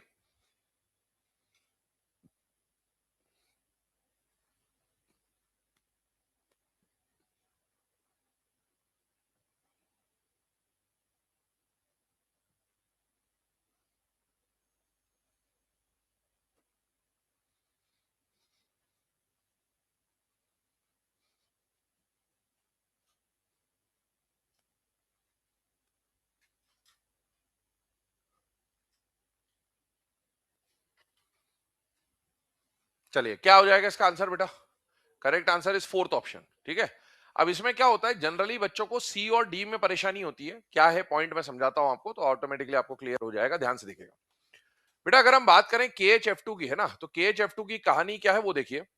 KHF2 जो है इसके अंदर, KHF2 जो है इसके अंदर अगर हम बात करें तो जब ये आयनाइज होता है ना, तो आयनाइज होने की इसकी कहानी क्या होती है वो देखिएगा। एक्चुअल में KHF2 एग्जिस्ट कैसे करता है, KF और HF के फॉर्म में, है ना, ये ऐसा होता है, KF भी HF भी दोनों जब जुड़ते हैं तो क्या बनता है, KHF2। जब आप इसको पानी में ले जाते हो ना, तो ये आयनिक वाला जो पार्ट है ये आयनाइज होता है, टूट जाता है, ये एज इट इज ऐसे जुड़ा, ये कोवेलेंट पार्ट है। तो आपको मिलता है K प्लस का आयन, F माइनस का आयन, और साथ में क्या मिलता है, HF। तो बच्चे के दिमाग में आता है कि भाई क्या क्या मिलेगा, एक तो ये आता है कि KF और HF होना चाहिए, दूसरा ये आता है K प्लस F माइनस और HF होना चाहिए। लेकिन होता क्या है, ये जो HF का हाइड्रोजन है, क्या ये फोन से जुड़ा हुआ हाइड्रोजन है या नहीं बेटा, है। और फोन से जुड़े हुए हाइड्रोजन पे क्या एक्टिव हाइड्रोजन होगा या नहीं होगा बेटा, होगा, मतलब वो हाइड्रोजन बॉन्ड बना सकता है। और इस एक्टिव हाइड्रोजन के सामने क्या फोन में से कोई आ रहा है बेटा, यस। तो ये क्या करता है, फोन में से अगर कोई आ जाता है तो उसके साथ क्या बना ले, फोन आ जाए या उसका आयन आ जाए ना, एक ही बात है। फोन के साथ ये क्या कर लेता है, एच बॉन्डिंग, तो इनके बीच में क्या हो जाती है, एच बॉन्डिंग हो जाती है। एच बॉन्डिंग होने की वजह से के प्लस तो अलग ही रह जाता है, और ये वाला जो पूरा पार्ट है ये आपस में जुड़ जाता है। तो जुड़ता कैसे, एच हो गया, एफ कितने हो गए, दो, तो आपने लिख दिया HF2, और माइनस कितना आ रहा है, एक। तो ये एक्चुअल में जब पानी में या आयनाइज होने के बाद अगर हम बात करें तो ये एग्जिस्ट कैसे करता है, तो ये एग्जिस्ट करता है K प्लस और HF2 माइनस के फॉर्म में। This is the representation. अब देखो ये जो रिप्रेजेंटेशन अभी हमने लिखा, इसके बाद मैंने आपको बोला था हाइड्रोजन बॉन्डिंग की डेफिनेशन में दो नाम आए थे, एक डाइपोल डाइपोल और एक आयन डाइपोल, है ना, ध्यान से सुनना। ये दो टर्म मैंने आपको बोलते, मैंने बोला था आगे ऑटोमेटिकली आपको समझ में आएगा क्या कहानी है बेटा। डाइपोल कहने का मतलब होता है पोलर मॉलिक्यूल। डाइपोल कहने का मतलब क्या होता है, पोलर मॉलिक्यूल। आप याद करो, दो तरह के मॉलिक्यूल होते थे, जिनका डाइपोल मोमेंट जीरो है और जिनका डाइपोल मोमेंट जीरो नहीं है। अगर डाइपोल मोमेंट जीरो होता था तो उसको बोलते थे नॉन पोलर, और डाइपोल मोमेंट अगर नॉन जीरो है मतलब उसके अंदर डाइपोल है, और डाइपोल है तो जो पोलर होता है ना उसी को हम क्या बोलते हैं, डाइपोल। डाइपोल वर्ड जब भी आएगा हमारे सामने तो आपको समझ जाना है we are talking about polar molecule. अगर किसी आयन और किसी पोलर मॉलिक्यूल के बीच में हाइड्रोजन बॉन्ड बन रहा है तो उसे बोलेंगे आयन डाइपोल हाइड्रोजन बॉन्ड। और अगर किसी पोलर मॉलिक्यूल और पोलर मॉलिक्यूल के बीच में हाइड्रोजन बॉन्ड बन रहा है तो उसे बोलेंगे dipole dipole hydrogen bond. Check करिएगा, इधर समझा रहा हूं इसमें। मुझे बताइए, ये जितने भी एग्जाम्पल आपके सामने इन सब के बारे में बात कर रहे हैं, मुझे बताइए ये जो HF है, ये अपने आप में देखना हाइड्रोजन बॉन्ड HF और HF के बीच में बना है। दिख तो H और F के बीच में रहा है, लेकिन एक्चुअल में मॉलिक्यूल वाइज अगर मैं देखूं तो ये एक HF है, ये दूसरा HF है। मुझे बताइए HF डाइपोल मोमेंट याद करिए, क्या ये डाइटोमिक है बेटा? यस। और डाइटोमिक में ये होमोडाइटोमिक है या हेट्रो? हेट्रो। हेट्रो का मतलब है dipole moment not equal to zero, मतलब ये क्या है? पोलर। पोलर और पोलर, पोलर को बोला जाएगा डाइपोल, दूसरे पोलर को भी बोला जाएगा डाइपोल, क्योंकि इनके अंदर खुद का डाइपोल है। तो बेटा यहाँ जो हाइड्रोजन बॉन्ड बन रहा है, क्या ये पोलर और पोलर के बीच में बन रहा है बेटा? यस। तो इस हाइड्रोजन बॉन्ड को हम क्या बोलेंगे? Dipole dipole hydrogen bond. मुझे बताइए वाटर के बारे में बताइए, वाटर पोलर है या नॉन पोलर है? पोलर। वाटर क्या है? पोलर। तो यहाँ जो हाइड्रोजन बॉन्ड बना है वो पोलर और पोलर के बीच में बना है। पोलर के पास खुद का डाइपोल होता है, पोलर के पास खुद का डाइपोल होता है, तो it will be considered as dipole dipole hydrogen bond. Ammonia एक लोन पेयर वाला पोलर, एक लोन पेयर वाला पोलर हमेशा होता है। तो बेटा यहाँ भी पोलर पोलर के बीच में हाइड्रोजन बॉन्ड बन रहा है, तो इसे आप क्या बोलोगे? Dipole dipole. HF भी पोलर है, H2O भी पोलर है, अमोनिया भी पोलर है। देखिए, ये बताओ ये पोलर है या नॉन पोलर है बेटा? पोलर। ये भी पोलर। तो ये कौन सा हाइड्रोजन बॉन्ड है? Dipole dipole. ये भी पोलर, ये भी पोलर, ये भी पोलर, ये भी पोलर, यहां भी ये पोलर है, ये पोलर है। तो बेटा ये सारे जो हाइड्रोजन बॉन्ड अभी आपको दिखाए गए हैं, ये सारे के सारे क्या है? Dipole dipole. इस पे आइए, ये क्या HF पोलर है या नॉन पोलर है बेटा? पोलर। और ये पोलर है या आयन है? आयन। तो इस वाले हाइड्रोजन बॉन्ड को आप क्या बोलोगे? Ion dipole hydrogen bond. तो हाइड्रोजन बॉन्ड दो तरह के होते हैं, या तो आयन और डाइपोल के बीच में बनेगा, और या फिर डाइपोल और डाइपोल के बीच में बनेगा। तो दो तरह के हाइड्रोजन बॉन्ड मिलते हैं, या तो डाइपोल डाइपोल या फिर आयन डाइपोल। ठीक है ना? तो यहां तक लिख लीजिए, आगे हम लोग डिस्कशन करेंगे। बेटा सब अभी आज ही पढ़ा देंगे क्या? समय से पहले भाग्य से ज्यादा नहीं मिलेगा ना बेटा। उतना तेरे को इसीलिए आता है, फिर मैं बोलूंगा तो बेइज्जती हो जाएगी।